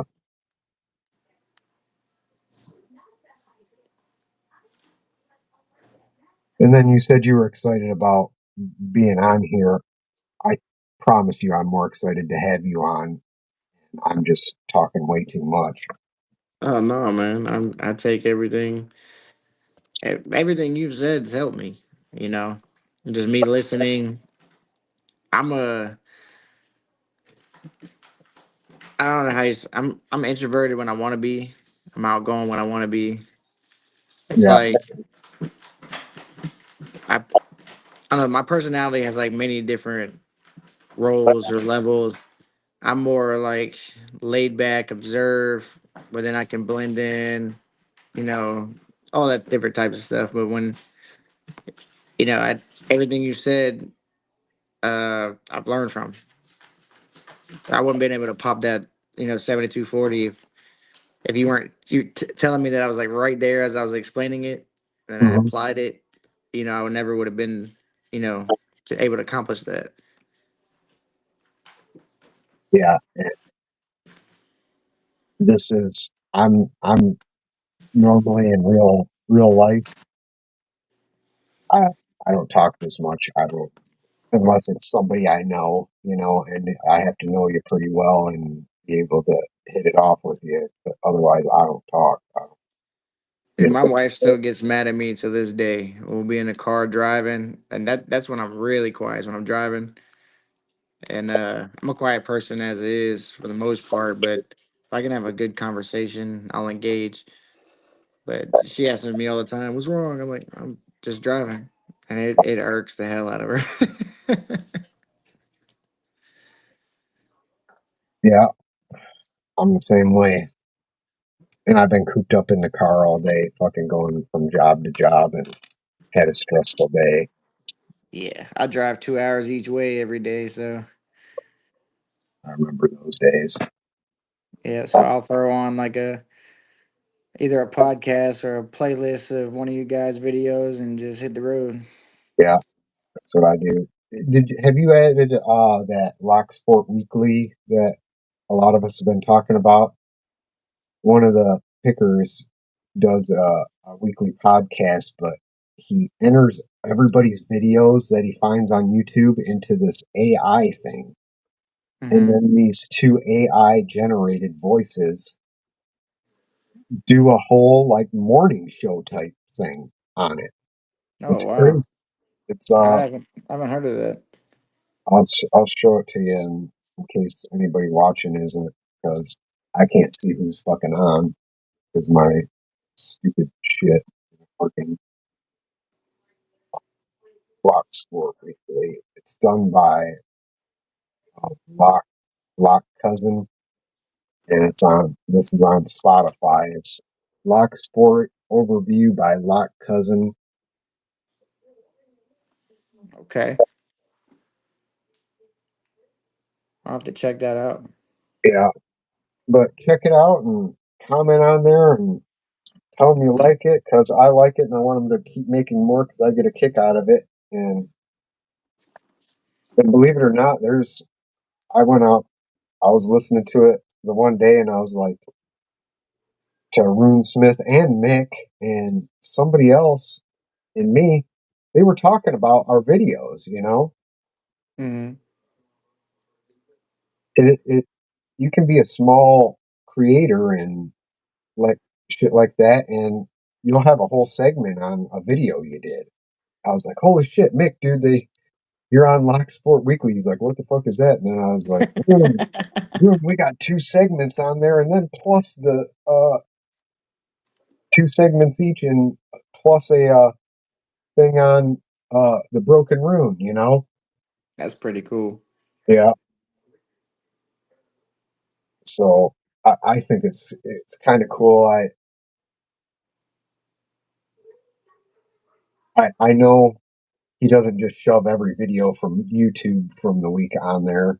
I know he took some time to pick out things he thought were important, and things he wanted to make sure the thing talked about. But I got a kick out of it. I felt like I accomplished something that somebody commented on one of my, it might be stupid. I don't know. I got a kick out of it.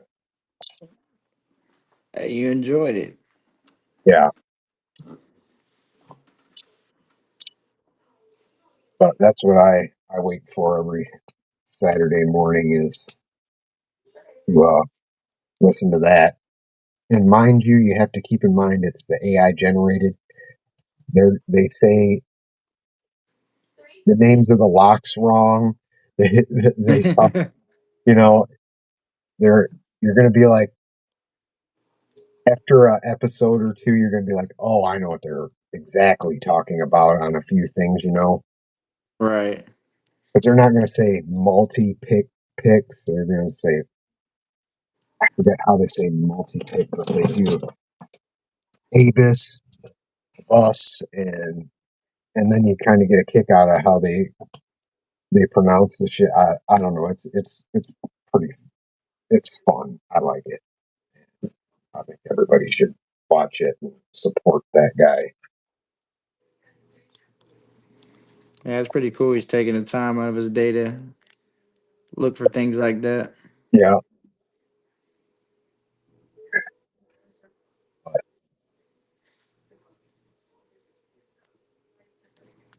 I guess that's my thing. Oh, did I talk about picking it backwards? Because the core turns both ways. You can do that too. Yeah, But that's what yeah, you need a plug spinner, right? yeah, I don't even have a plug spinner. I've never had a plug spinner. Um, suppose I should get one day. Out of all the crazy equipment I've had over the years, the stuff that you'd be like, how the fuck did you even get one of those? Um, I've never had a plug spinner. I never had a vise. Um, I never had a gutting tool. I always took the retention retaining clips off with my thumbnails or fucking a screwdriver and stabbed myself. Um,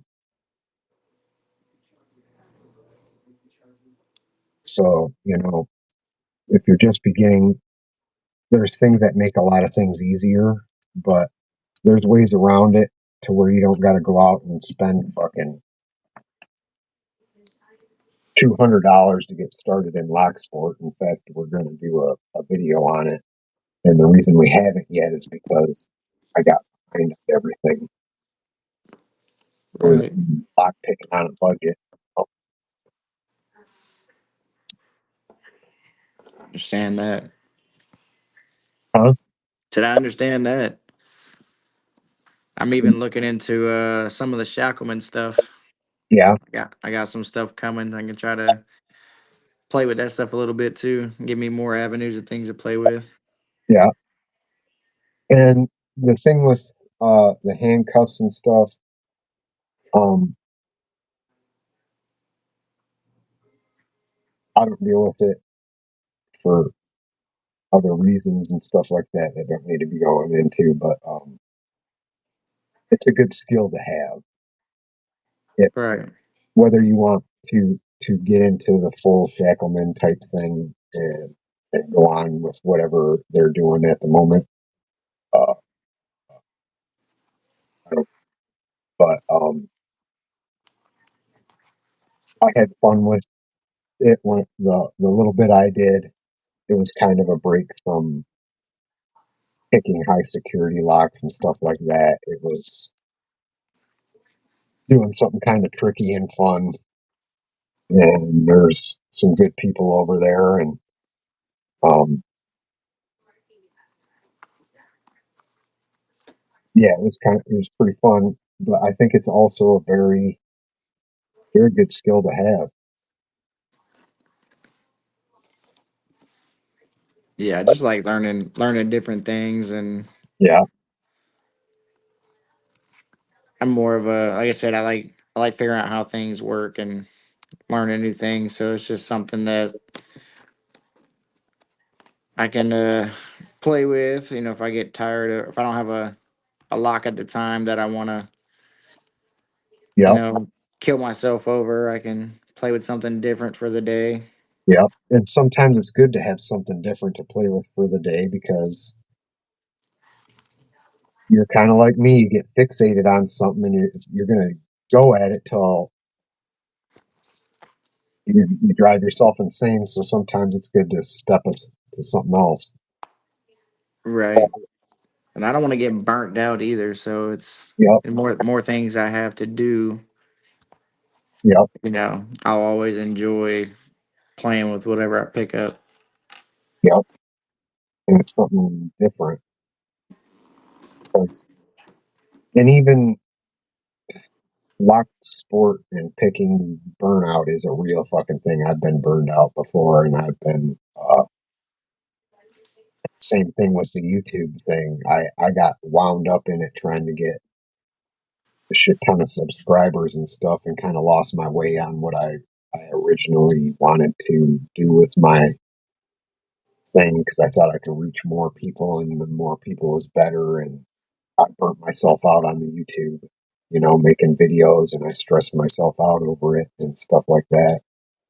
And I forgot Right. that this is it's supposed to be fun, you know? Hmm. And that's a good thing for me that I'm so busy. So Yeah, it's like I don't have time to fall into that a little bit. So I do it when yeah. I Well, can. I'm retired, man, and I don't know how old I am. What year is it? 2025.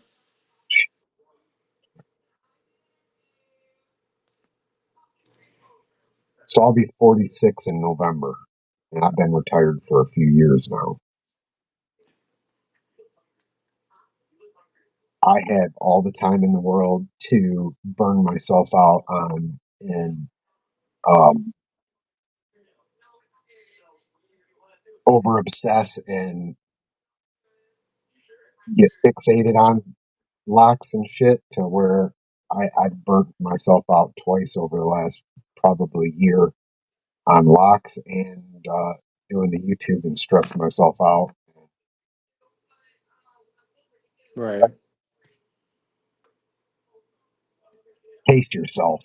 You don't have to be able to be a, you know, set some goals, realistic goals, and And I like the idea of making videos here and there, but this is more like what we're doing now. This is more like what I'm into. Good conversation, talking about good things, bullshit, picking yeah, locks. This is more what I'm really into right here. yeah, Video here and there, that's cool. But I just like, I've met good people in the community. Everybody's been awesome, welcoming, and I really like that. 'Cause like I said, I was in a gaming community for a while, and that's more of one upping each other and yeah, trash talking, which that's all cool and fun too. But it's only for so long that you can deal with it. yeah, But this is just more, you know, the vibe that I like and that I enjoy. yeah. And that was one thing too. I started in, I don't know how many people are on or who's even on, but I even got kind of mad at the people that subscribed to me because this is what they like more, and I thought I was supposed to do more picking. I'd do these lives and stuff, and they'd just go off the rails, and we'd still talk about locks and stuff, and I'd pick some stuff and like that, and I'd try to inspire somebody to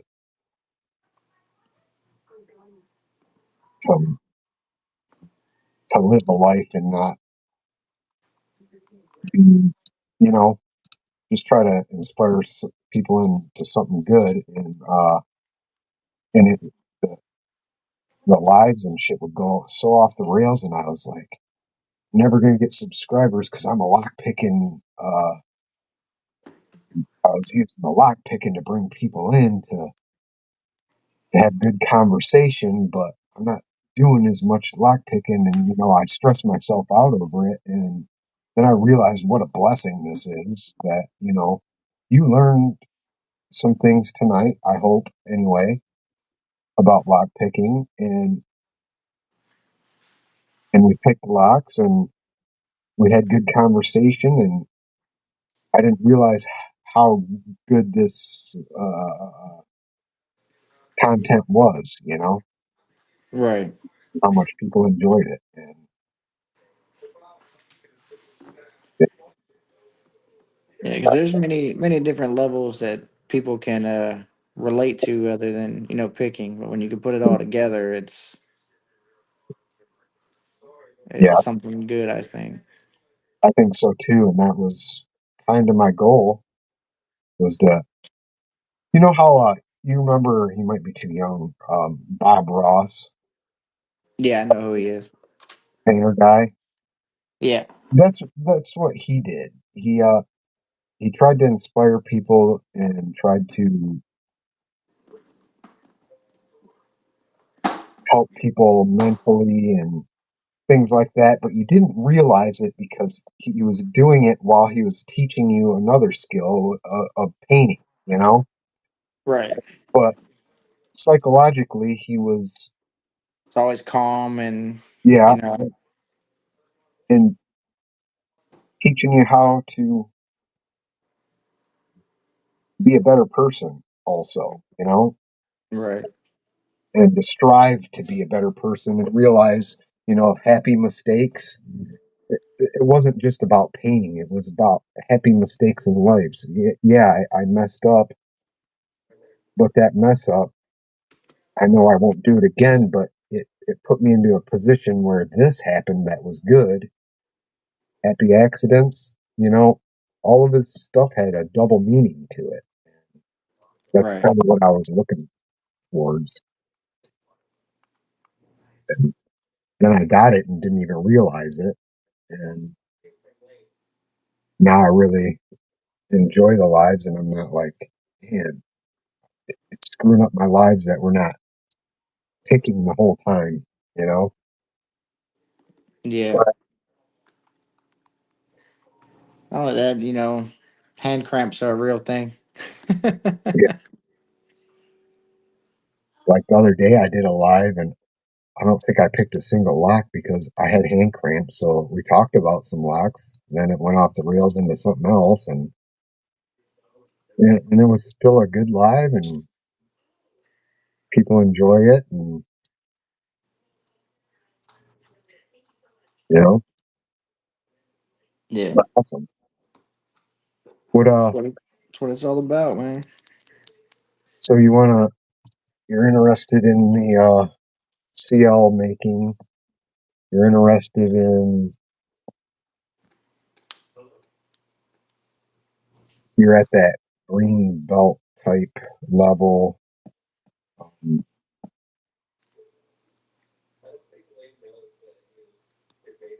what after when you get your you get good at your 1100s and things like that, and you want to move on, or you want to move on to high security or dimple high security or I mean, I think I'll get into all of it at some point. yeah, Right now, it's just more of if I get a new lock, just seeing how it works, if I can open it, yeah, no matter what it is. I'm this type of person. Even if you gave me the a high security lock as my first lock, I'm gonna try to do everything I can to figure out how to open it. But as of right now, I'm just getting into security pins a little bit, so I'm getting some understanding, of the different types of pins and what it takes to actually manipulate them. yeah. So that's just kind of where I'm at. Is just gaining that understanding a little more and working my way up and seeing what just falls in my lap. That's awesome. I like how you're more laid back about like that type. When I get when I got into lock picking and stuff, you know, for many years there wasn't many years. It was just I picked your normal door lock and tried to figure out a car door lock and um, your master lock and worded locks, and I didn't really know a lot about all the other stuff, and there wasn't any information on it. There wasn't any YouTube. And then when this kind of blew up and there was information and videos on it, I got burned out because I went balls to the fucking walls. There was a summer when when I was going through my divorce and uh, partially pretty strung out on fucking dope and wasn't sleeping at all. My mind was going crazy, and I really needed this to calm me down, dude. I spent from August to July, I think, close to $10,000 on picks and locks and buying into a locksmith uh, company that was going out of business and uh, buying key cutting machines and fucking keys. I had thousands of keys. And, and I tried to do it all. I bought $500 in Distatainer lock picks. I make the pick tips for the Distatainers for a lot of people. I can pick a couple Distatainers, but I'm no good at picking them. I got to sit there and sit down and take a good amount of time and learn it. Where I get so hyped up and going on it, I go overboard. I like how you can sit back and do that. I wish I could do that.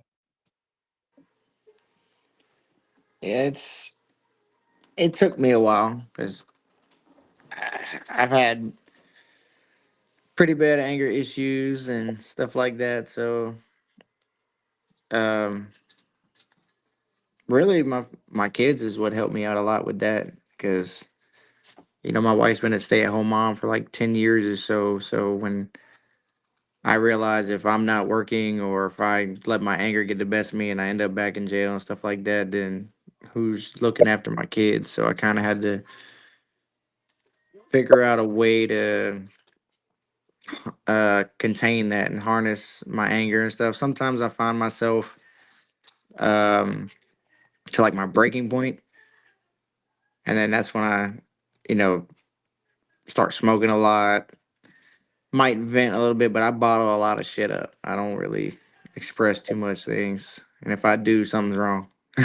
Yeah, So uh, I've gotten pretty good at it, and I've gotten pretty good at not letting people drag me out of my character because it wouldn't be good for me or them. Nothing good comes out of somebody being angry anyway. So yeah. took me a while, but my kids have definitely helped me out with that. I still struggle with that. Um, I've let a lot of anger go and hatred, and hate towards people and things, and because you got to let it go at some point. Yeah, You can't bottle it up, and it's not good for you. It's not good for anything, and you got to let it go. I had an incident today that made me go back to, made me feel like I went back to the old me, and probably almost did. Kind of scared me a little bit. it's not a good feeling. It hasn't happened in a while, but that's another thing that this did. It helped with that.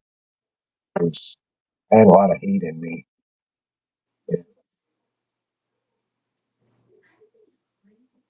bottled up, and like you said, when you bottle too much up, and it's not good for anybody. One of the things I when I was in jail,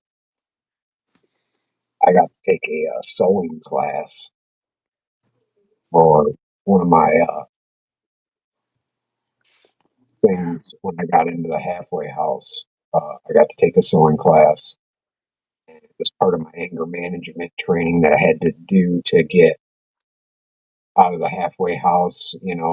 It was part of my requirement of my probation, and I really liked it. You know, and I learned a lot about sewing and old sewing machines and stuff like that. And I bought this sewing machine and I rebuilt it, which I got to fix it again because it broke because it's from the 50s. But I was gonna sew and make pick cases. I got to fix it and get back to it. But that was my first introduction to how to release some stress and anger and shit like that. Yeah, I actually saw you post that sewing machine either earlier today or yesterday. I haven't posted it in a while. Probably So, an older video. Like I said, I go back and watch things. yeah, yeah, it's been probably close to a month since I messed with it. I finally got it all together, got the pedal going, and I started sewing, and boom, there's a fucking screw in there that came loose, and everything fell apart, and I got to disassemble completely it to get to that screw to screw it back together to reassemble it. And um, since it was built in Japan in the 50s, 40s or 50s, um, it's together. The screws I got to take apart, they're there, and they've been there for longer than I've been alive. You know, That's like a lot of WD-40. yeah. I was so distraught after that. and then I had a bunch of other shit happen, and I got to get back to it because I do enjoy that.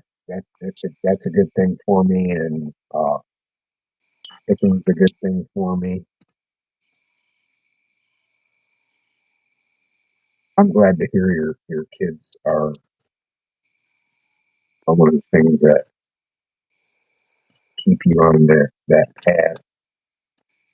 Yeah, because it was like I said, I'm from Florida, so I never really experienced true cold weather.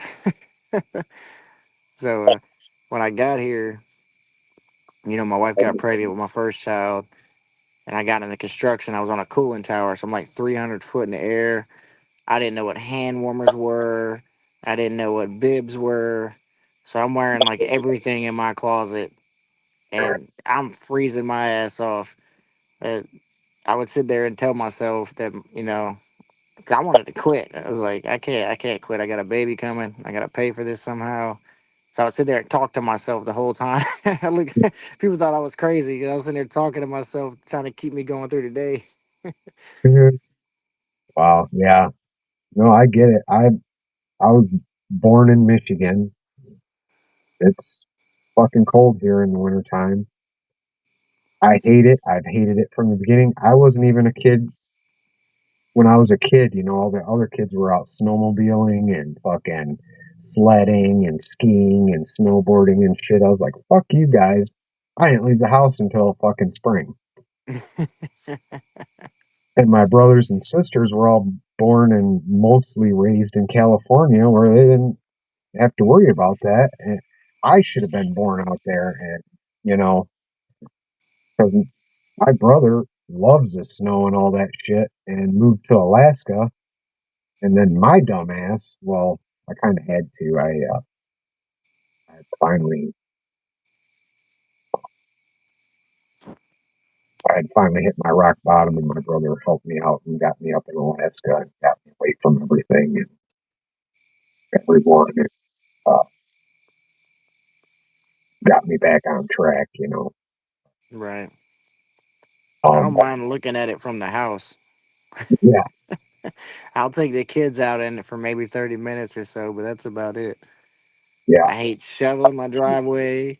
I hate I That hate all this. reminds me. Now that you said that, that reminds me. I need to go do this. Get one of those.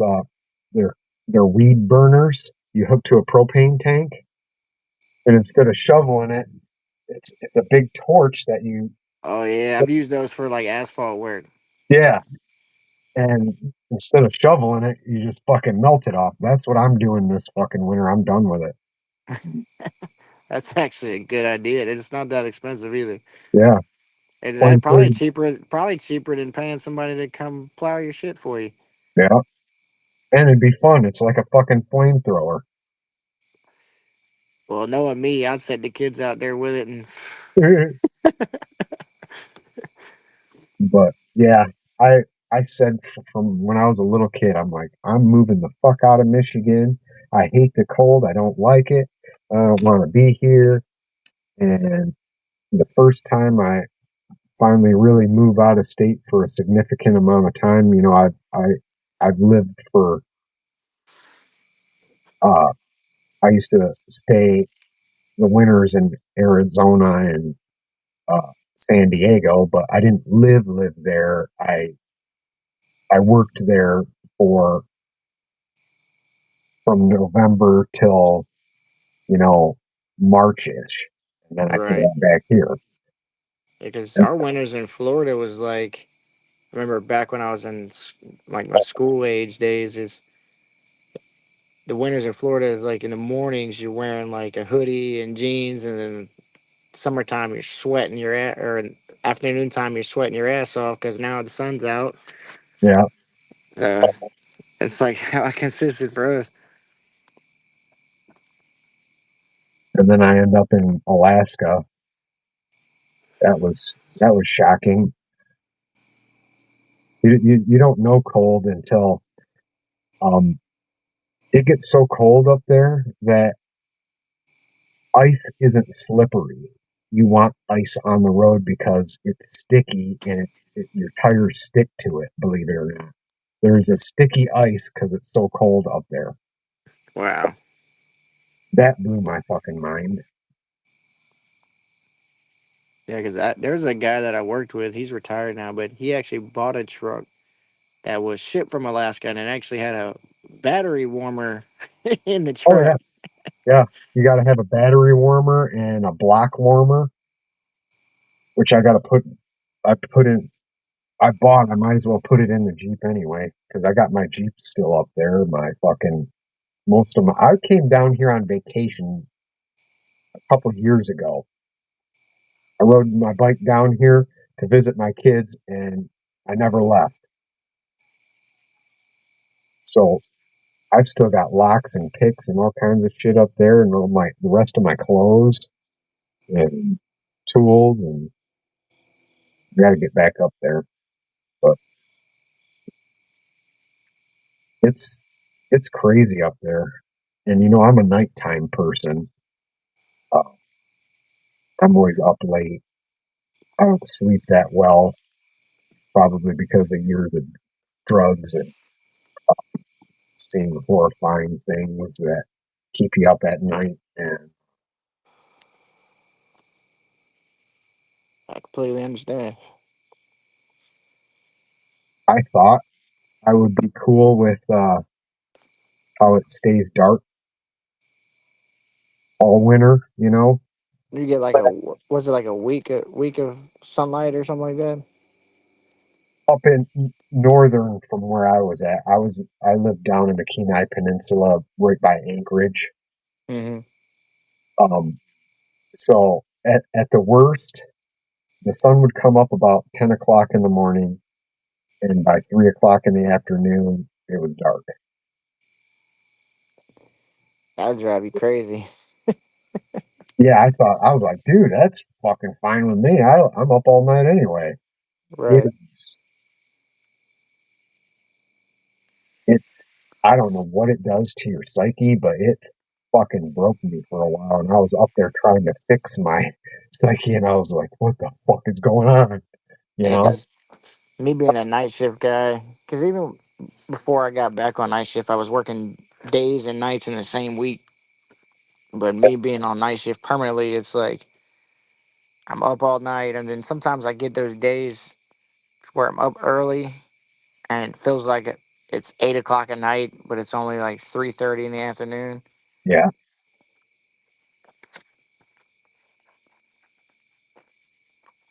yeah. It really fucked with me, and I didn't think it would. I was like, I don't know what you guys are talking about. This fucking cabin fever, fucking Alaska shit. It fucked with me. And you don't know cold until it's fucking, and it's crazy up there. You know how they sit in Arizona, they say it's a dry heat, it's different. Yeah. And it is. Like, you're from Florida, ball soup. Everything is just moist all the fucking time. Yeah, you feel if you're not used to it, you feel all sticky and wet, and Yeah, absolutely disgusting. In Arizona, you can step under the shade of a tree and get the chills because it's a dry heat.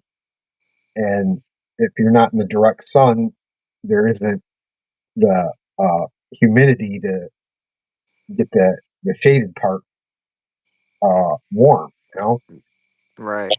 And it's a completely different heat. Well, it's a completely different cold and snow and ice up there than it is down here. Um, I was out there shoveling off roofs, which is a thing because my first year there, my first real Alaskan winter, the first week we got snow, we got 7 feet. And my brother let me use his tractor to plow driveways to make extra money. I Right. was plowing 24 hours a fucking day out there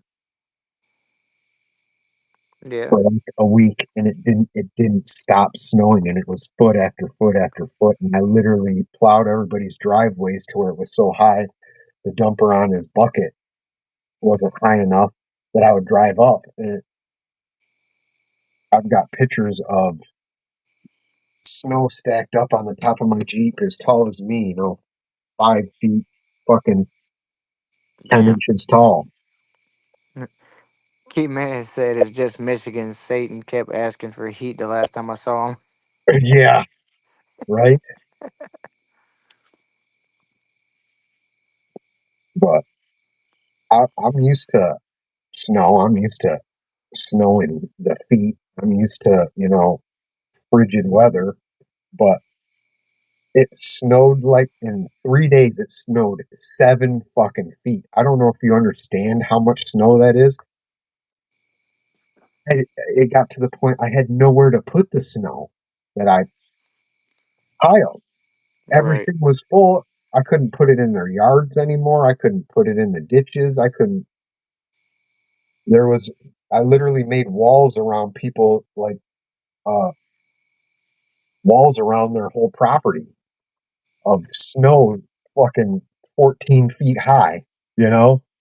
Because I was watching this show, forgot what it was, but they were actually um they would hunt and stuff, but they would use the snow to preserve their meats and stuff through the winters.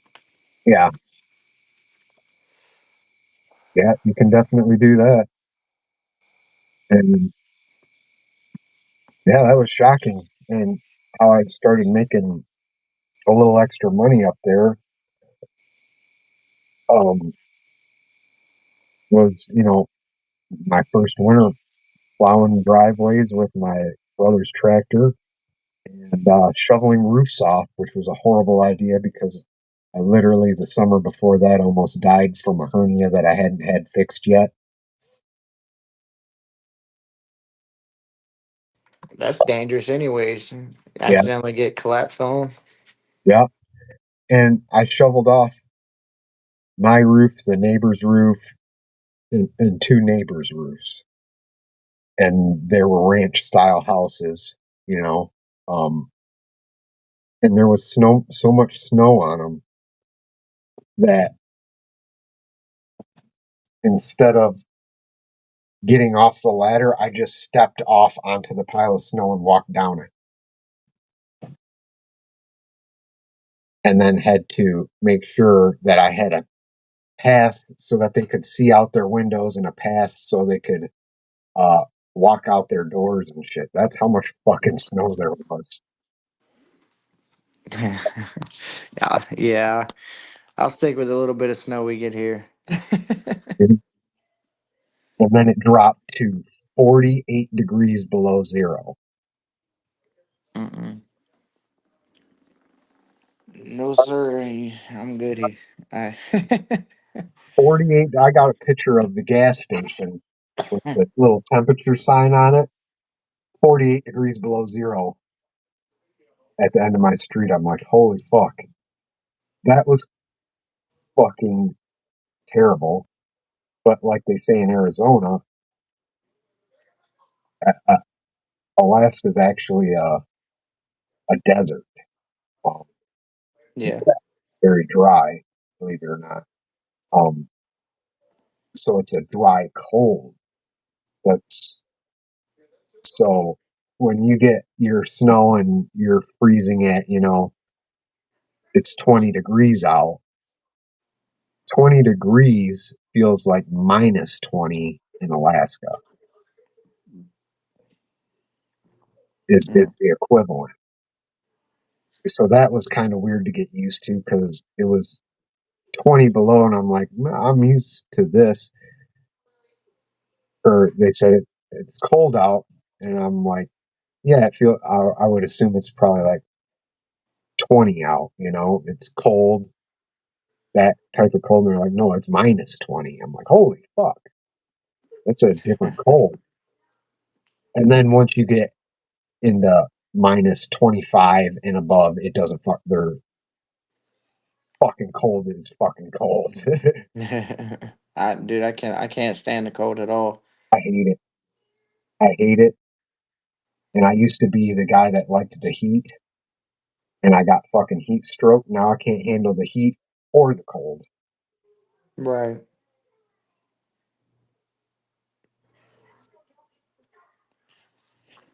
Yes. Weather's a motherfucker. Yeah. So I just need to stay my ass indoors and pick locks as the house and be a hermit. Yeah. I gotta make. I was just looking over there. I gotta make Skip if he's still out there. I'm gonna make him a video. He's interested in safes. I gotta. That's another thing I've been wanting to get into as well. There's a Yeah, lot of different things that's piqued my interest. yeah. And that's kind of what I was getting at earlier. I got so involved that I got $500 worth of fucking disdetainer picks. Uh I got a pile of safes over there. I can only pick one at a time or manipulate one at a time, you know. I get I used to have a shit ton more and I got more safe dials on, you know, stands up in Alaska that I gotta get. But it's a good thing that there's different avenues so you don't get burned out as fast on just pin tumblers or dimplers or what. Right.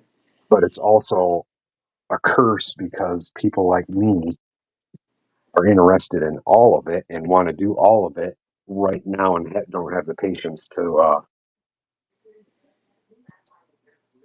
and the self discipline to not buy a bunch of shit that you don't. There's even being retired, you don't have enough time in the day to do all of it.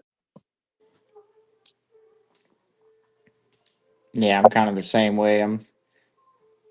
I'll find myself on like a website, looking at pics or something like that. I'm like, I'd like to try that. I want that.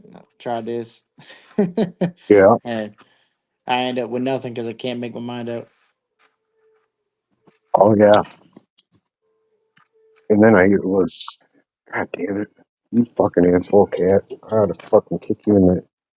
Later, Mick. But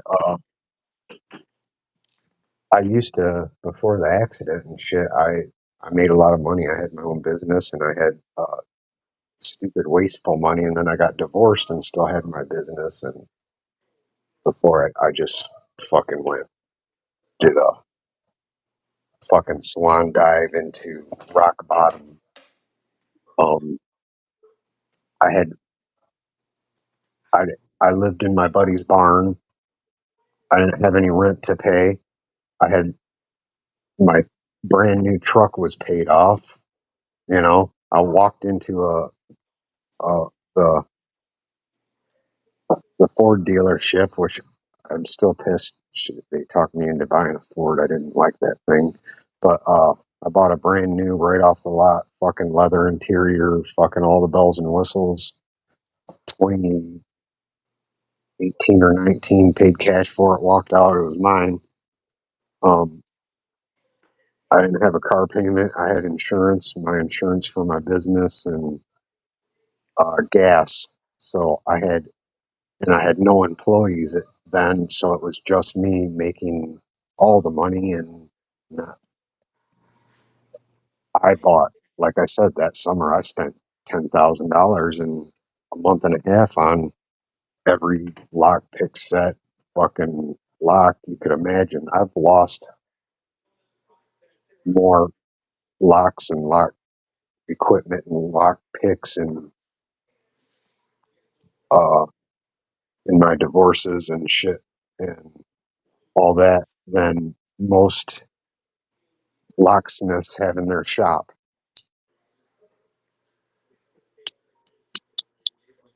And when I have stupid money, I do stupid shit. I think we all do. Yeah.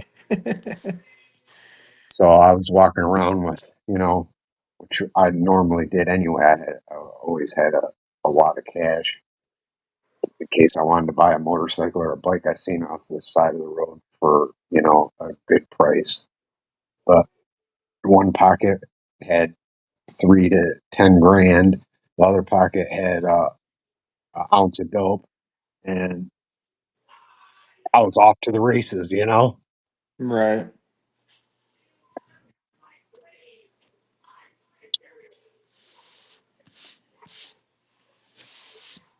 I wonder why my chat doesn't work.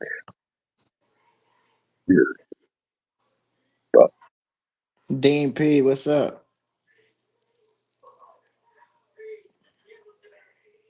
what other locks do you got? Are you working on any other ones or No, I got a bunch of bridge locks. Lady Lock sent me. yeah, Um, got a Master Lock number 5. That Brinks that I showed you earlier. yeah. It's Brinks commercial lock. Play with sometimes. Have you got that one? Yeah, I've popped this Yeah, one a yeah. few times. Sometimes those are a fucking pain in the ass. Yeah, like this one, I can pop it days and days in a row multiple times, and then when I set it down and pick it back up, it's like I Yeah. never touched it.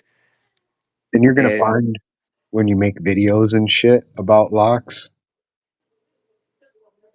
you're not gonna be able to open the motherfucker. You'll get that Brinks little colored lock that you that was like can. my first video. I was trying this one. Yeah, I couldn't get it. yeah. It's a Yeah, real fucking thing. It's a real the curse of the turning the camera on. yeah. And I had these master locks, Yeah, but these as a double set. I've single pin picked them both. Only one of them I've been able to rake, and these are a pain in my ass as well. yeah. They can be a pain in the ass too, but they got a lot of shackle spring tension too. But this one is like I barely have to touch the pins at all. It's funny how you can get you can buy another one of those and it'll be super difficult. And then there's ones you can just, and a lot of locks are like that. That's why I always say with the 1100s, especially, buy a couple of them, get them on a deal, trade with somebody, because a lot of people will trade 1100s because, and even I got into it. I used to have fucking 40, 50 of them, all different colors, Right. styles. And I found a lotto lock that I had in construction years ago. I found that one the other day. And then I went lock hunting with the youngin one day and picked up a couple old Yales. Oh, nice. It's got a interesting keyway. Yeah, it's a wafer or a warded. Got one of these. Those are fucking hard. And then I got some sleigh makers with the keys. Even the keys too. That's awesome. I used to collect sleigh makers. I had a whole fucking Yeah, they still work. nice. That's one of them. I got this style.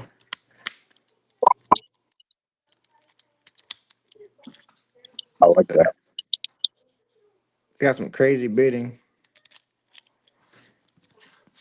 I got this one. Still, That's something about that one. It came in a few different colors and anodized and shit yeah, like that. all Yeah, of them still work. Keys don't like to sit in them though; they fall right out. yeah. But yeah, it's a couple things I picked up not too long ago. That's I don't another think one. I'll ever get around to picking them. I'll probably keep maybe one or two and you know gift the rest. Yeah, that's what I've committed to because I collect locks also, and I had thousands. I had cases of them in brand new. And I'm like, I can't do that again. What I was able to leave with to go to Alaska was one rolling case of clothes and another large rolling case that was way overweight. I don't know how I got it on there because I jam packed it full of locks and picks and shit. And I don't know how it stayed together. I think we waited at my brother's house because he flies a lot. So he had it's almost like a fishing, how you weigh fish. You just hook it and pick it up and it tells you how much it weighs, scale.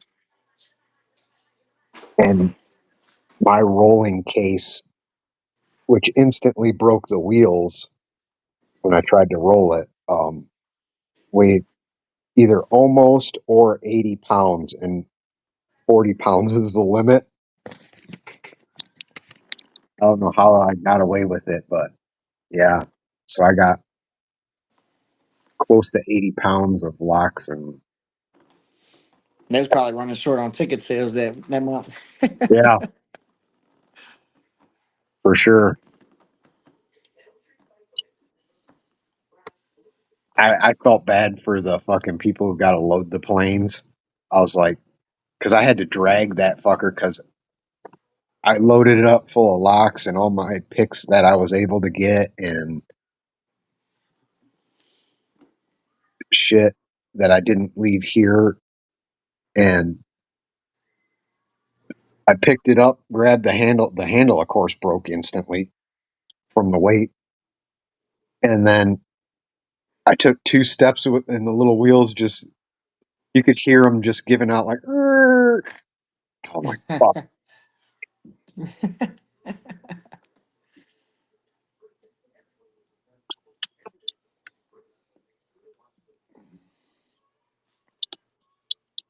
We still got 9 people in here. Oh wow. And I have Hey no, Blue, what's up? yeah, yeah, I thoroughly have enjoyed having you on here. Sorry I'm gabbing too much, but Oh no, you're good, man. I appreciate good conversation.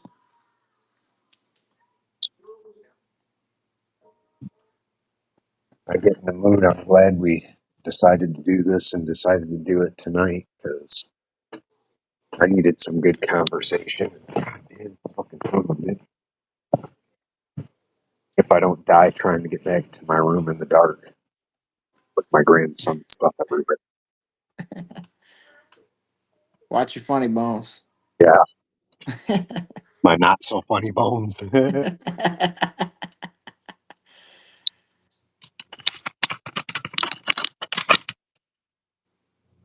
But yeah, do you have like a, you don't have any pennies and trays or, No, just have my locks and my picks right as of right now. we'll see what I ain't got laying around. Hoping I didn't much anymore. I gave it all away and was going to build it back up, and then we had to put a new roof on this place, and a bunch of things happened, and I got behind, and I'm just now barely catching back up. We gotta get I you. just I just enjoy the conversation, brother. Yeah,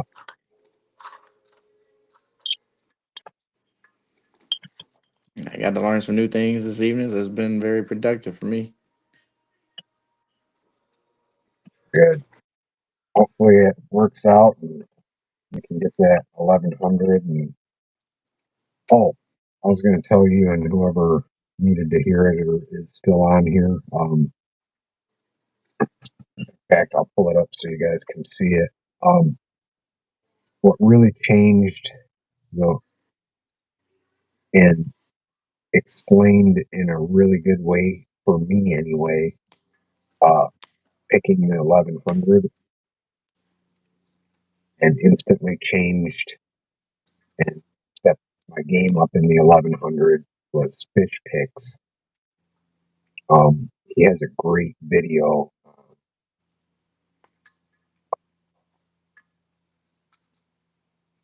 picking 1100. All of his videos are great. I hate that he doesn't make videos anymore. He was my favorite. He was right up there for me anyway. He was right up there with Bosnian Bill and Lock Picking Lawyer and all those guys and Wiz Wazzle, all the great YouTube lock pickers that you really learn from.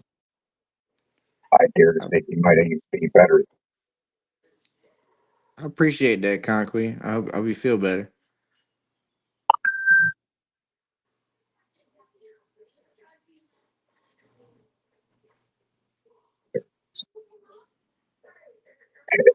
This is Fish Picks YouTube channel. I don't know if you can see that real well. Yeah, I can see it. Okay, that's his channel there. If you guys don't have him, um, it's like, Dude, I've gotten to the point where I don't even pour them in my hand anymore. I just drink it. mhm. But he's got a lot of videos that, and the way I wish I had that skill of being able to teach people things as well as he does. But yeah, I don't even got to tell you where it's at. He's only got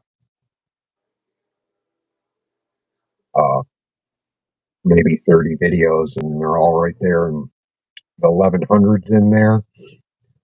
How to make the Chris Capoon style turner, which will change your game on tensioning. At least it did for me. I usually make quite a few of them out of wiper inserts. It's, uh, it's so this style. Okay, so it's slightly angled. Mhm. Something about it, something about that angle, and that one's not finished. It's I make it. The sorry, I'm stuttering a lot tonight. It was a stressful day. Um, Something about that really took my picking to the next level too. And he has a real good video on how to make them because they're kind of difficult if you don't do them right. You'll just keep breaking them, and then if you don't pay attention, you'll put the the turn the cock in it the opposite way, and then it isn't as good. You can still use it, but then he's got other videos in here, and one of the major ones is that really helped my picking too is the one on how to hold your pick and why this particular way to do it, and everything is taught to dentists, doctor surgeons, and things like that.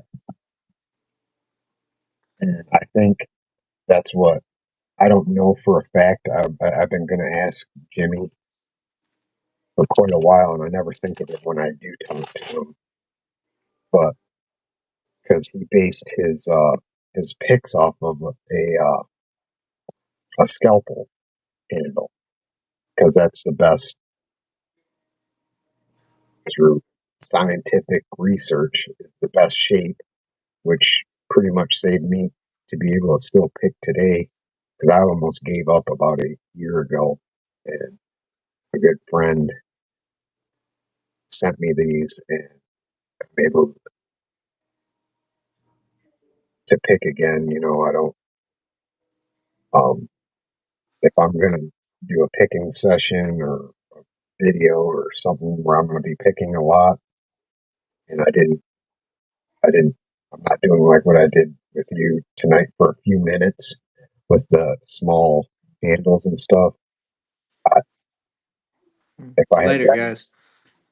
had to have the normal handles, I wouldn't be able to pick anymore.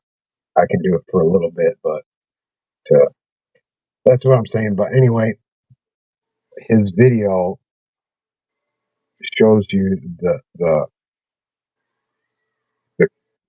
I want to say correct way, but I know a lot of people, you have your own way, but it teaches you how to get more feedback, feel more, and be able to control your pick better. Yeah, because I normally hold mine with my finger on top, and I use my middle finger either towards the side or the bottom most times to kind of guide it. Yep. And I used to, for many years, I did it like this, you know, and when he made this video and I started doing it where I guided it like you said you do, that changed my whole picking game too. Because doing it that way is you can guide it better, like you said, and everything. But that's a really good video. He's got so many good videos on there.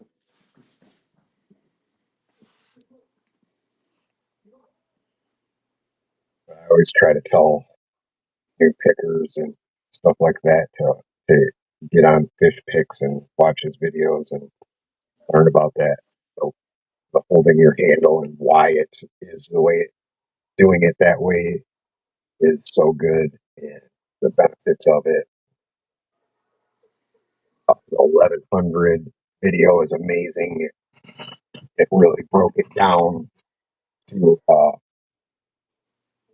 to where I could really understand the 1100, how the spools and shit work on it, and just it as a whole. And when you understand the lock as a whole, Right. you know, Because to me, it's like I want to open this lock, but it's not something I really care for. I just mainly want to do it to do it. hmm But it's one of those things like I wouldn't say I gave up on it, but just all the other locks I've played with, I can feel and understand more. And I feel like there's other locks that are out there that I can feel and understand more that are similar to this. So this to me isn't really a necessity. It's just yeah, more one of those things I just want to do whenever it happens. yeah, and that's awesome because you're right. There's a lot better locks out there that have the skills that you need to open that, but in a better lock, a better, like the 6835. I can't say enough about it. It's the spools and serrated and a It seems like it fits in the hand better too. yeah, yeah. It's this is the bigger style one, and it fits in the hand better. And when you struggle with a lot of hand things too, um, I got me a piece of leather, and I use this leather for all kinds of stuff for lock picking, so my That's hand smart. doesn't get I get those corners digging in my hands. yeah. Not I've only been does it, playing with these little bastards lately too. yeah, you wrap it in a nice piece of leather or cloth like that, make it so it's comfortable in the hand and not you know too small or digging into your hand.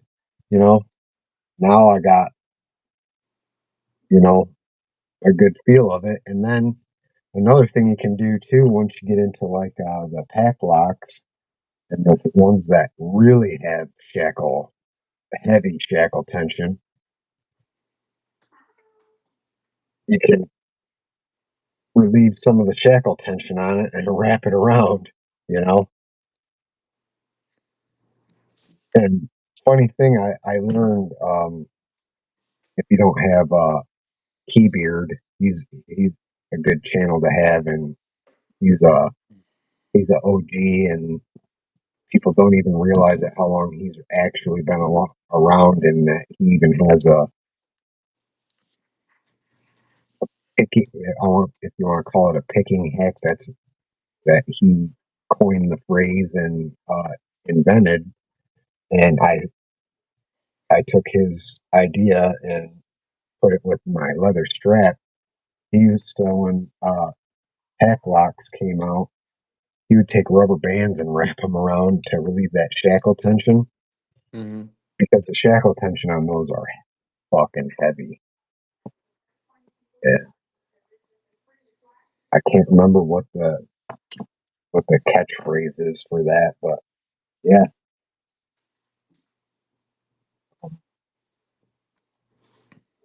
I thought that was pretty cool.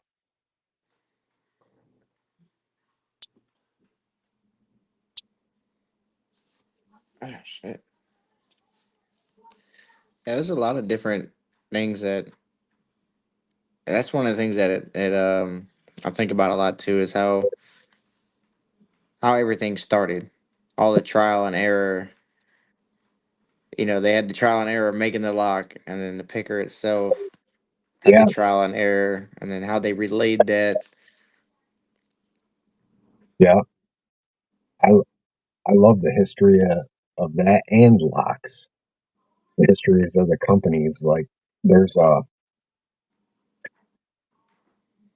I want to say in the early 1900s, there's this company. It's called Unger, and Unger now is, and which I own the window cleaning businesses and power washing businesses, and roof cleaning, and uh, you know that type of stuff, and a lot of extension poles for window cleaning and window cleaning squeegees and squeegee handles and Mm-hmm. scrubby handles and all that.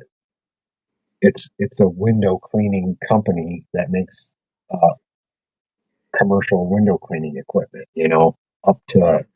water fed poles. And I was sitting there one day, and I had went to I want to say it was an estate sale, and I'm obsessed with keys too. I know people think I'm nuts, but they say, no, I'm not nuts. I get it. But this is my favorite key chain keys. They're my favorite keys that I have at this moment. I have other ones that I like even more, but they're in Alaska. But I carry this with me when I know I'm going to have like a stressful day or I'm going somewhere, because I have CPTSD, and I'm a fucking mess. Is what it boils down to. And what calms me down is picking and keys, cool keys. And so I carry this with me. So when I get fucking freaked out, I play with my keys, which, you got your Yale Platinum here, which is dimples and sliders, which I got that lock and I picked that. And then you got, lever lock. And one of my favorite locks that I still will collect is, the band locks. I'm obsessed with Oh, those. those are cool. And then I'm obsessed with the M hearts because I like the keys. And I have the record for speed picking it, the only one as of right now. And I just like that key. And then this is the Duo, the Illinois Duo, and it's a wafer lock, and it's like two keys smashed into one. If you can see, there's one Mm-hmm. profile of the key, and Right. then, and then it's another profile out there, and it's a wafer lock. They're really they're hard to come by, and just a cool lock and a cool key. And then I got this Berg from Germany that Rune sent me, and it's got a castle on it. That's why I like it. Marie sent it from me from Europe, and then of That's course, cool. your Abloy keys, and then my probably one of my all-time favorite keys, the uh, multi-lock uh, interactive keys. I don't know why I'm obsessed with them. I just am. Definitely interesting keys.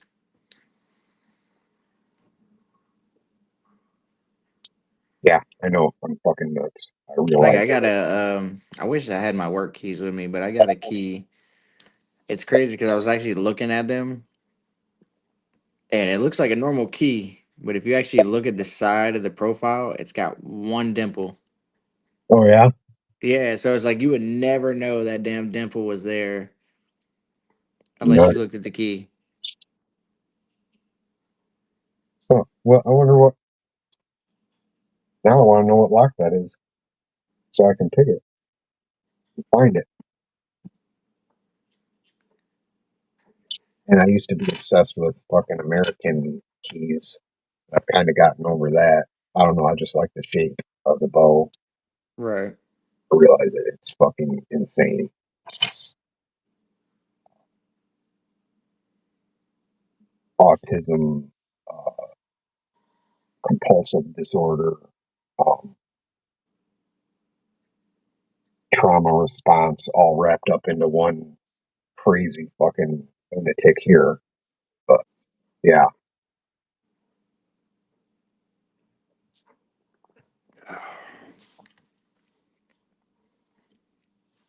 and then you can even get into pick making too. I've thought about it. I just don't know if I'll have the time Yeah, the time and because I got shit around my house that I'm supposed to be fixing. See, this was crazy with me though. Is like when I'm at work, I cannot sit still. Like even if I have the opportunity or times to not do shit, yeah. I, I can't do it. But when I'm home, good luck getting me to do a damn thing. Except what you want. Pick a lock or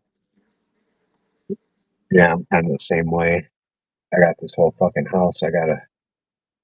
We're slowly whittling away at it. We got the new roof on it. I got the new. I'm almost done with the bathroom in there. Obviously, this room is going to be last because I don't give a shit if there's fucking drywall on one wall or not. So But I've gotten to the point to where it's like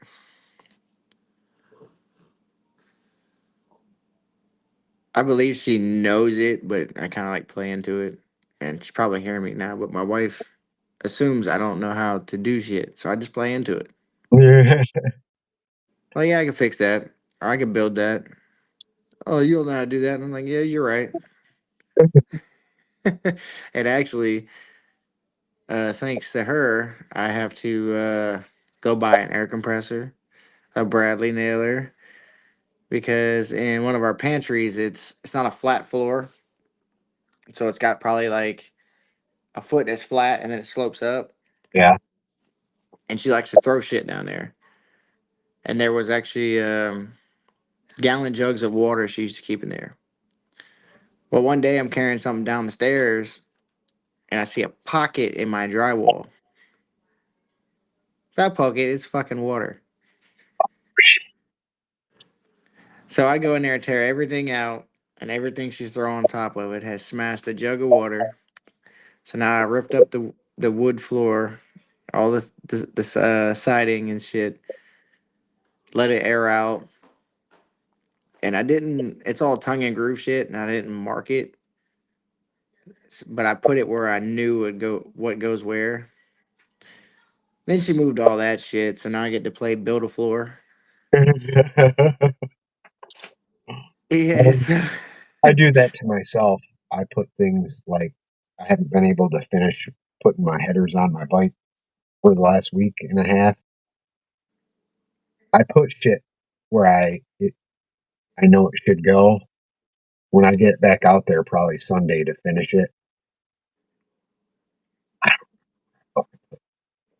the fucking bolt to the floorboard. I don't remember where I put the fucking. See, my problem is I get ahead of myself.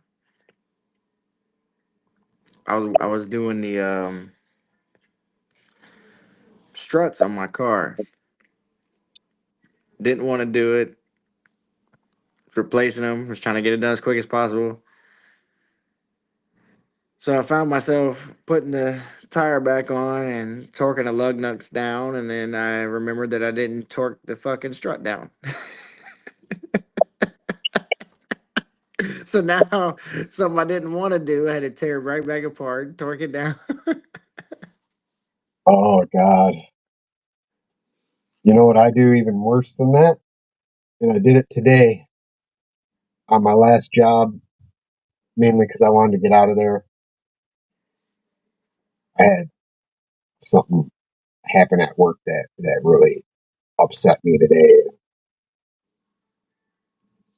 I'm still trying to process it, but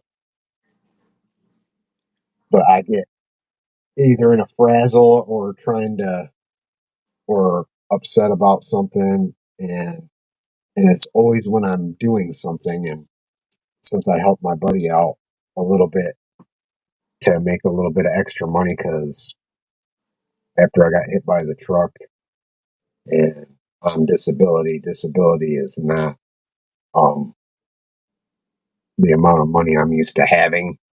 Right. It's way less than what it actually takes to survive. So, You want to get your knees tattooed, Dean?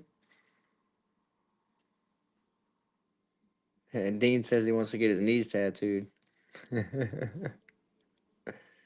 all right, it's gonna hurt like a motherfucker. I tattooed my own knees. Yeah. Yeah. My brother came home with a tattoo gun one day and I was bored. So I put a frowny face on one and a smiley face with his tongue out on the other. Pot does makes you do dumb shit. Yeah, I actually used to own a tattoo shop. I did tattoos for a little while. I wasn't great by any means. I was just a production artist. I wasn't the guy you went to and said, "I want this. Can you draw?" No, I couldn't. I could draw, but I wasn't that type of artist to where, I was what you call it in tattooing, a production artist. I was a guy that stood there and every drunk idiot and girl that wanted a fucking tramp stamp and every fucking uh, gangster wannabe that wanted the Tupac cross. Yeah. But I was that guy that did those. And then I bought uh, a tattoo shop and then tried to keep tattooers in there, which was trying to keep tattooers at a shop is That's almost hard. impossible. Yeah, it's fucking, and keep good ones because you either don't have enough traffic for them, or A lot of them are a mess too. I'm just gonna say that they're all fucking strung out, and uh, or they're stealing from you. Yeah. So that only lasted a little bit, and my hands got too bad to where I couldn't tattoo or pierce anymore. I don't know why I even bothered starting because I knew, but I really liked it. But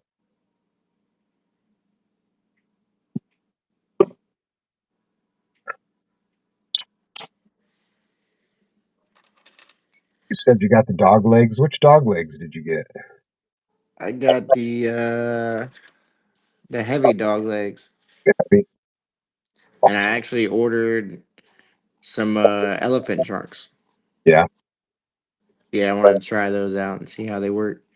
they're fucking good. They're good.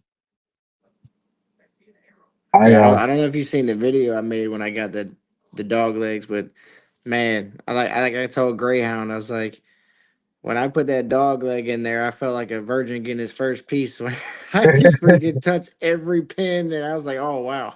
Yep. You, it feels like you can just cup everyone like your fucking ball sack. You're just like, there it is. I think of Yeah. fucking Ace Ventura when he's like, "Alrighty then." Yeah. Yeah. Yeah, I really like him. He really did a good job. He had a really good idea, and he didn't overthink it. He took the reach profile, which is good, and the elephant trunk profile, and put it together, and it made it fucking amazing. Yeah, because I even seen like I was looking at some of the pens I've been seeing are like kind of like pointed at the end, Yeah. so that little notch wor- works really well. Yeah. Yeah. And I don't know, dude, but it was definitely an ingenious thing here. Yeah. Yeah. Like I said, there used to be those commercials for Reese's peanut butter cups where like it pan into a car crash and the two drivers of the car were on the hood like they went through the windshield, and one of them had a jar of peanut butter and the other one had like a Hershey bar, and they had put them together, and they're like, you got your chocolate and my peanut butter, you got your peanut butter and my chocolate. That's what he did. He took two awesome things and fucking made them great. And I was lucky enough and um, honored actually that for like the heavy and the new set. I don't know exactly what he's called those, the deep dog legs or whatever. These ones that just came out. I helped design those with him. Um, 'Cause, yeah, it's still the reach profile, but we changed it up and we changed up the deep dog legs, and so it's pretty cool that I always wanted to be.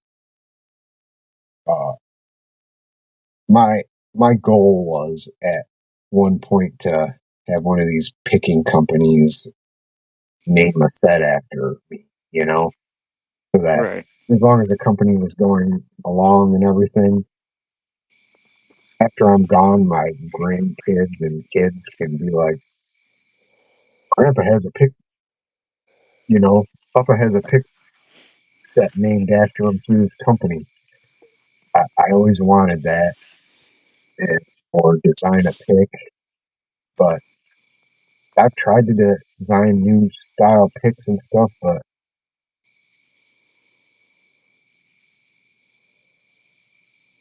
I don't know all the whether it's the fact that there's so many profiles that um there might just not be a newer profile that you can make,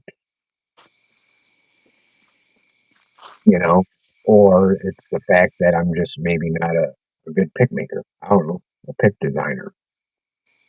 But I never came up with anything, so to be asked and my input put in on it, and was fucking awesome to me.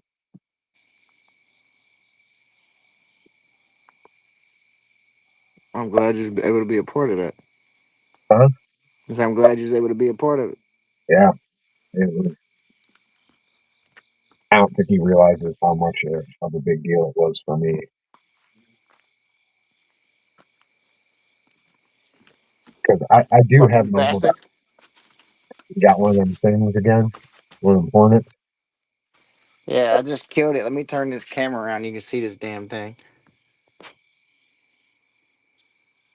Uh,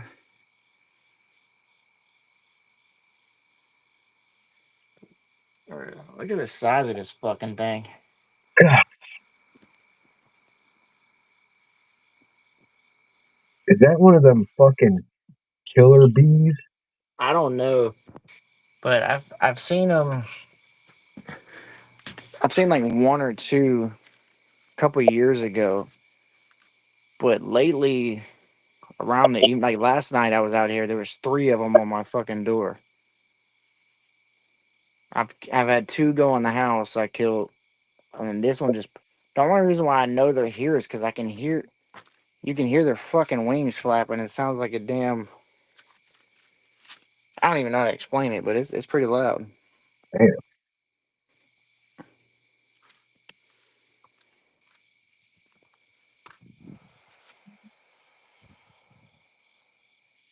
Yeah, I had one of them chase me. I was I was running like a bitch. Oh yeah. I've I had a bad experience. I remember when I was a kid, I just learned how to ride a bike, and I was in Orlando at my aunt's, and I was cruising around the neighborhood. I'm like, hell yeah, I learned how to ride a bike. This damn wasp was like buzzing by my ear, so I kind of like moved my head, and this thing chased me all the way to the house, like 3 blocks. I'm on a bike, and it kept up with me. Jumped off the bike, ran straight to the door. That fucker stung me straight in the back before I can get in the door.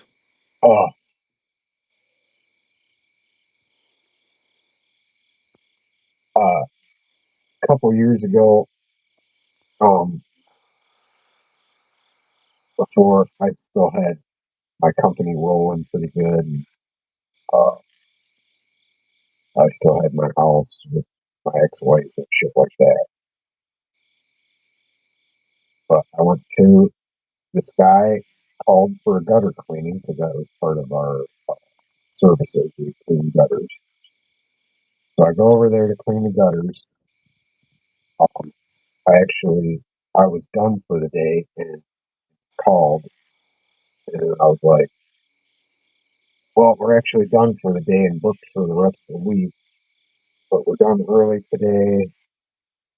Um, you know, I looked at his house on Google Maps, and my normal price for it would have been $189 because it was a two-story.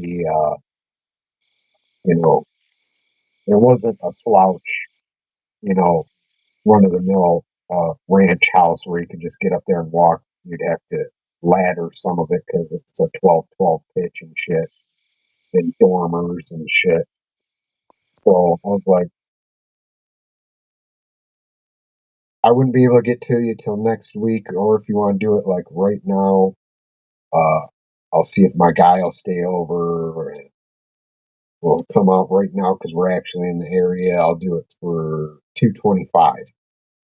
And he goes, okay. I was like, shit, I guess we're doing it. I was actually trying to price him out, but so I go over there, and I had a new kid with me, and I didn't want him going up on the upper roof. That was it was a 12-12 pitch on the one side, and then it was shaped kind of almost like a T or a L, and then it had these dormers in the middle that had, and I would go up and walk across a peak and walk down this valley and hold on to the side of the house and clean the dormers out and shit like that. Well, there was right under one of the dormers was the front door, and it had a little piece, and about 12 feet of gutter above it on this weird little roof extension thing. And I couldn't reach it. I didn't want to use the ladder, so I didn't want to ladder it because it would have been a pain in the ass. So I had brought the leaf blower up there for parts I couldn't really reach. I could use that to just blow it out onto the ground, and I'd pick it up after that. So I'm like, well, if I just fucking stick it down like this, I can blow it out. And I was like, man, that thing's full of leaves. And so I grabbed the blower, and I'm on, mind you, a 12-12 pitch, holding on to the plastic corner piece of the siding of this dormer.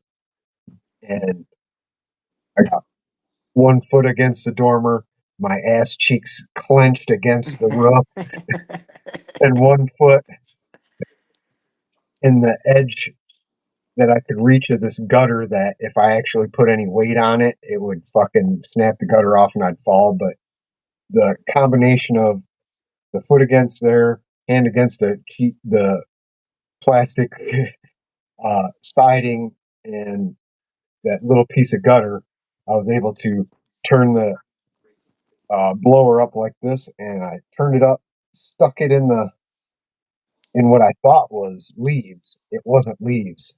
This whole 12-foot section was a wasp nest. Oh shit.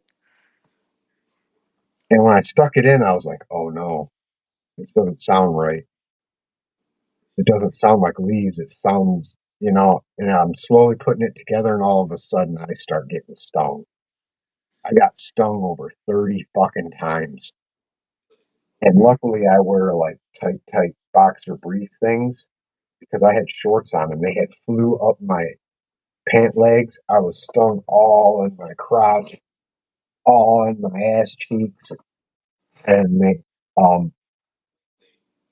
I had a shirt on, and when I hit the blower, man, it brought them all up, and the the wind from the blower lifted my shirt up too. So my shirt's going like this, and they all flew up here. I was stung Ah, all through here in my armpit. You ever been stung in armpit? It's fucking terrible. I got hit in the ear. Oh, that's even just as bad. Yeah. So I somehow managed to jump up as fast as I could, and I must have like it was a miracle. I like walked on fucking water. I ran up a 12. I jumped up, turned around, ran up a 12-12 pitch to the peak, slid down the other side of the 12-12 pitch right to the fucking ladder that was off the back. That was 2 stories tall. Slid and did this like fucking. I slid and just kind of floated and landed on the ladder and fucking ran down and was rolling on the ground and shit. And luckily I didn't fall off. And I'm out there fucking screaming. My little helper guy's like, I don't know what to do. I was like, I don't know either. I'm gonna fucking die. It was fucking awful. And the owner of the house comes out and he goes, "You all right?" And I said, "Yeah." He's like, "They should be gone now. Just get back up there and blow them out." I'm like, "Fuck The you, dude." I, fuck? I started swelling up. I'm like, "Oh fuck," because I'm not allergic to bee or wasp things, but if you get stung enough, you develop an allergy and you fucking die like like that old movie, um, My Girl or whatever. Yeah. You get stung so many times, it will kill you. And Hmm. I knew I had been stung. What we counted with the stingers that we pulled out of me was 34. I had welts that didn't have stingers in it that I didn't know whether it was just a welt because of you know starting to get allergic to it or whether it was a sting or what, but holy shit. So I'm like, dude, I'm going to the fucking hospital is what I'm doing. And he goes, and walks and goes in his house. And I'm like, fuck him, fuck the money, let's just go. Load up the truck and I'm in fucking pain. Right. So we get about um, a mile and a half down the road and I had a partner that had just brought on in my business. And he calls me up and goes, so and so just called me and said, you guys didn't finish that job. Why didn't you finish the job? You got it for 225 or whatever. I was like, Kent, I just got stung like 50 fucking times, almost died and fell off the fucking roof. I don't give a shit about $225. I'll give it to you if you're that fucking worried about it. I'll give you Right. one fucking portion. And he's like, well, can't you just go back there? He's really upset and wants his wants it done and said you left sticks on his sidewalk and he's going to give us a bad review. I said, I don't give a fuck, you know, you know, Yeah. and that pissed me off. So I was like, dude, I got fucked up and I'm on my way to the hospital to make sure I don't die because I didn't know whether it was just me panicking and in so much pain that I'm like, is my fucking throat closing or am I, you know? And I turned around, I fucking went back to his house, and he goes, "Are you guys gonna fucking finish this or not? They ought to be gone, and you should be able to just fucking swat them away now. They should be all dissipate." I'm like, you need to get a pest control, person out here, get your wasp problem under control, and then we'll come back and do it. I'll pick up the stuff off the ground. I'm trying to be, because it is still my business and I want good reviews and stuff. Sometimes you got to just try to fight through it. And so I had already sent my helper to go pick up the few sticks that we left because we left in a hurry. I was in pain. Right. And he goes, "You leave fucking sticks on the ground. You won't even do the fucking job. I'm so sick. I'm so sick. You companies don't want to do your fucking job." I said, "We don't do gutters and thing or windows or anything if you have wasp nests in there." He's like, "Well, take a can of wasp spray up there." I said, "I'm not a pest control, you know, person. You hire that person, they take care of it, and then I take care of what I take care of." He's like, "Oh, that's fucking bullshit." I fucking snapped.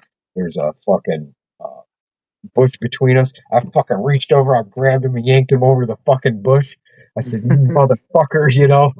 Yeah. He didn't even give us a bad review. He didn't review us or nothing. But luckily, the kid I had brought on was my little helper. Um, he ran over, and he was about my size right now because I'm significantly smaller than I was then. Uh, because of almost dying and shit, and I lost muscle mass, and I haven't been doing anything, so I'm skinny and weak and thin. Um, but he was my size now, and I was probably about 210 pounds, and I'm like 150 ish now. And he just fucking grabs, bear hugs me, and just runs with me as far as he can till we both kind of fell down. And this is a fucking, I want to say he was 14, 15-year-old kid. He's like, "You can't do this. You can't do this." I was like, after I calmed down, because we just went to the car and left, because I was going to fucking pound this guy into the fucking dirt. I was like, "God damn, you're a 14-year-old kid and you just fucking grabbed me and kept me out of fucking prison." I was pretty proud of that kid that day. I wonder whatever happened to him. Yeah, he had some issues. I was trying to help him, and I don't know whatever happened to him. I wonder sometimes about it. I'll never forget that. That took some guts. And he knew a little bit about me. You know, I'm not trying to sound tough or fucking anything like that, but I liked to fight. Fought most of my life. My hands are fucking trashed from it. I did kickboxing, boxing, a few MMA matches. I started Taekwondo when I was 5 years old. That's cool. I trained as well. And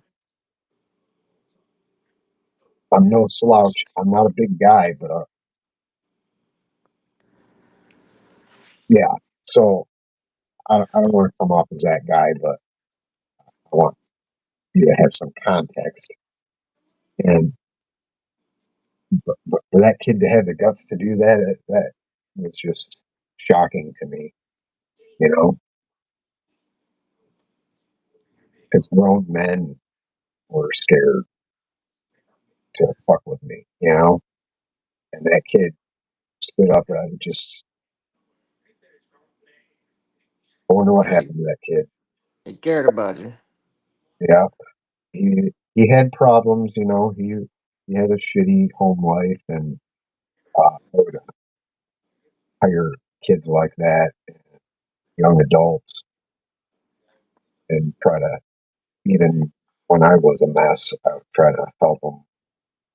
But that kid had art, and uh, he cared deeply, and that's what a lot of people don't understand about people that like me or him that have problems and shit like that. But a lot of it is because they care so deeply about things, you know, and people. And once you get into that part of their life that they care about you, that a 14-year-old kid would grab some. And in fact, I was a national nomad president of a motorcycle club at the time, and for him to do that, it was just shocking to me. I don't know how I got off on that, but yeah, I got stung the fuck up. That was the worst I ever been stung.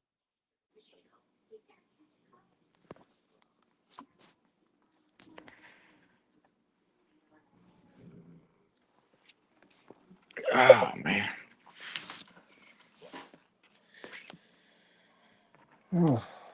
Let's see here. Well, I think I'm getting close to calling it a night, bud. Yeah, him too.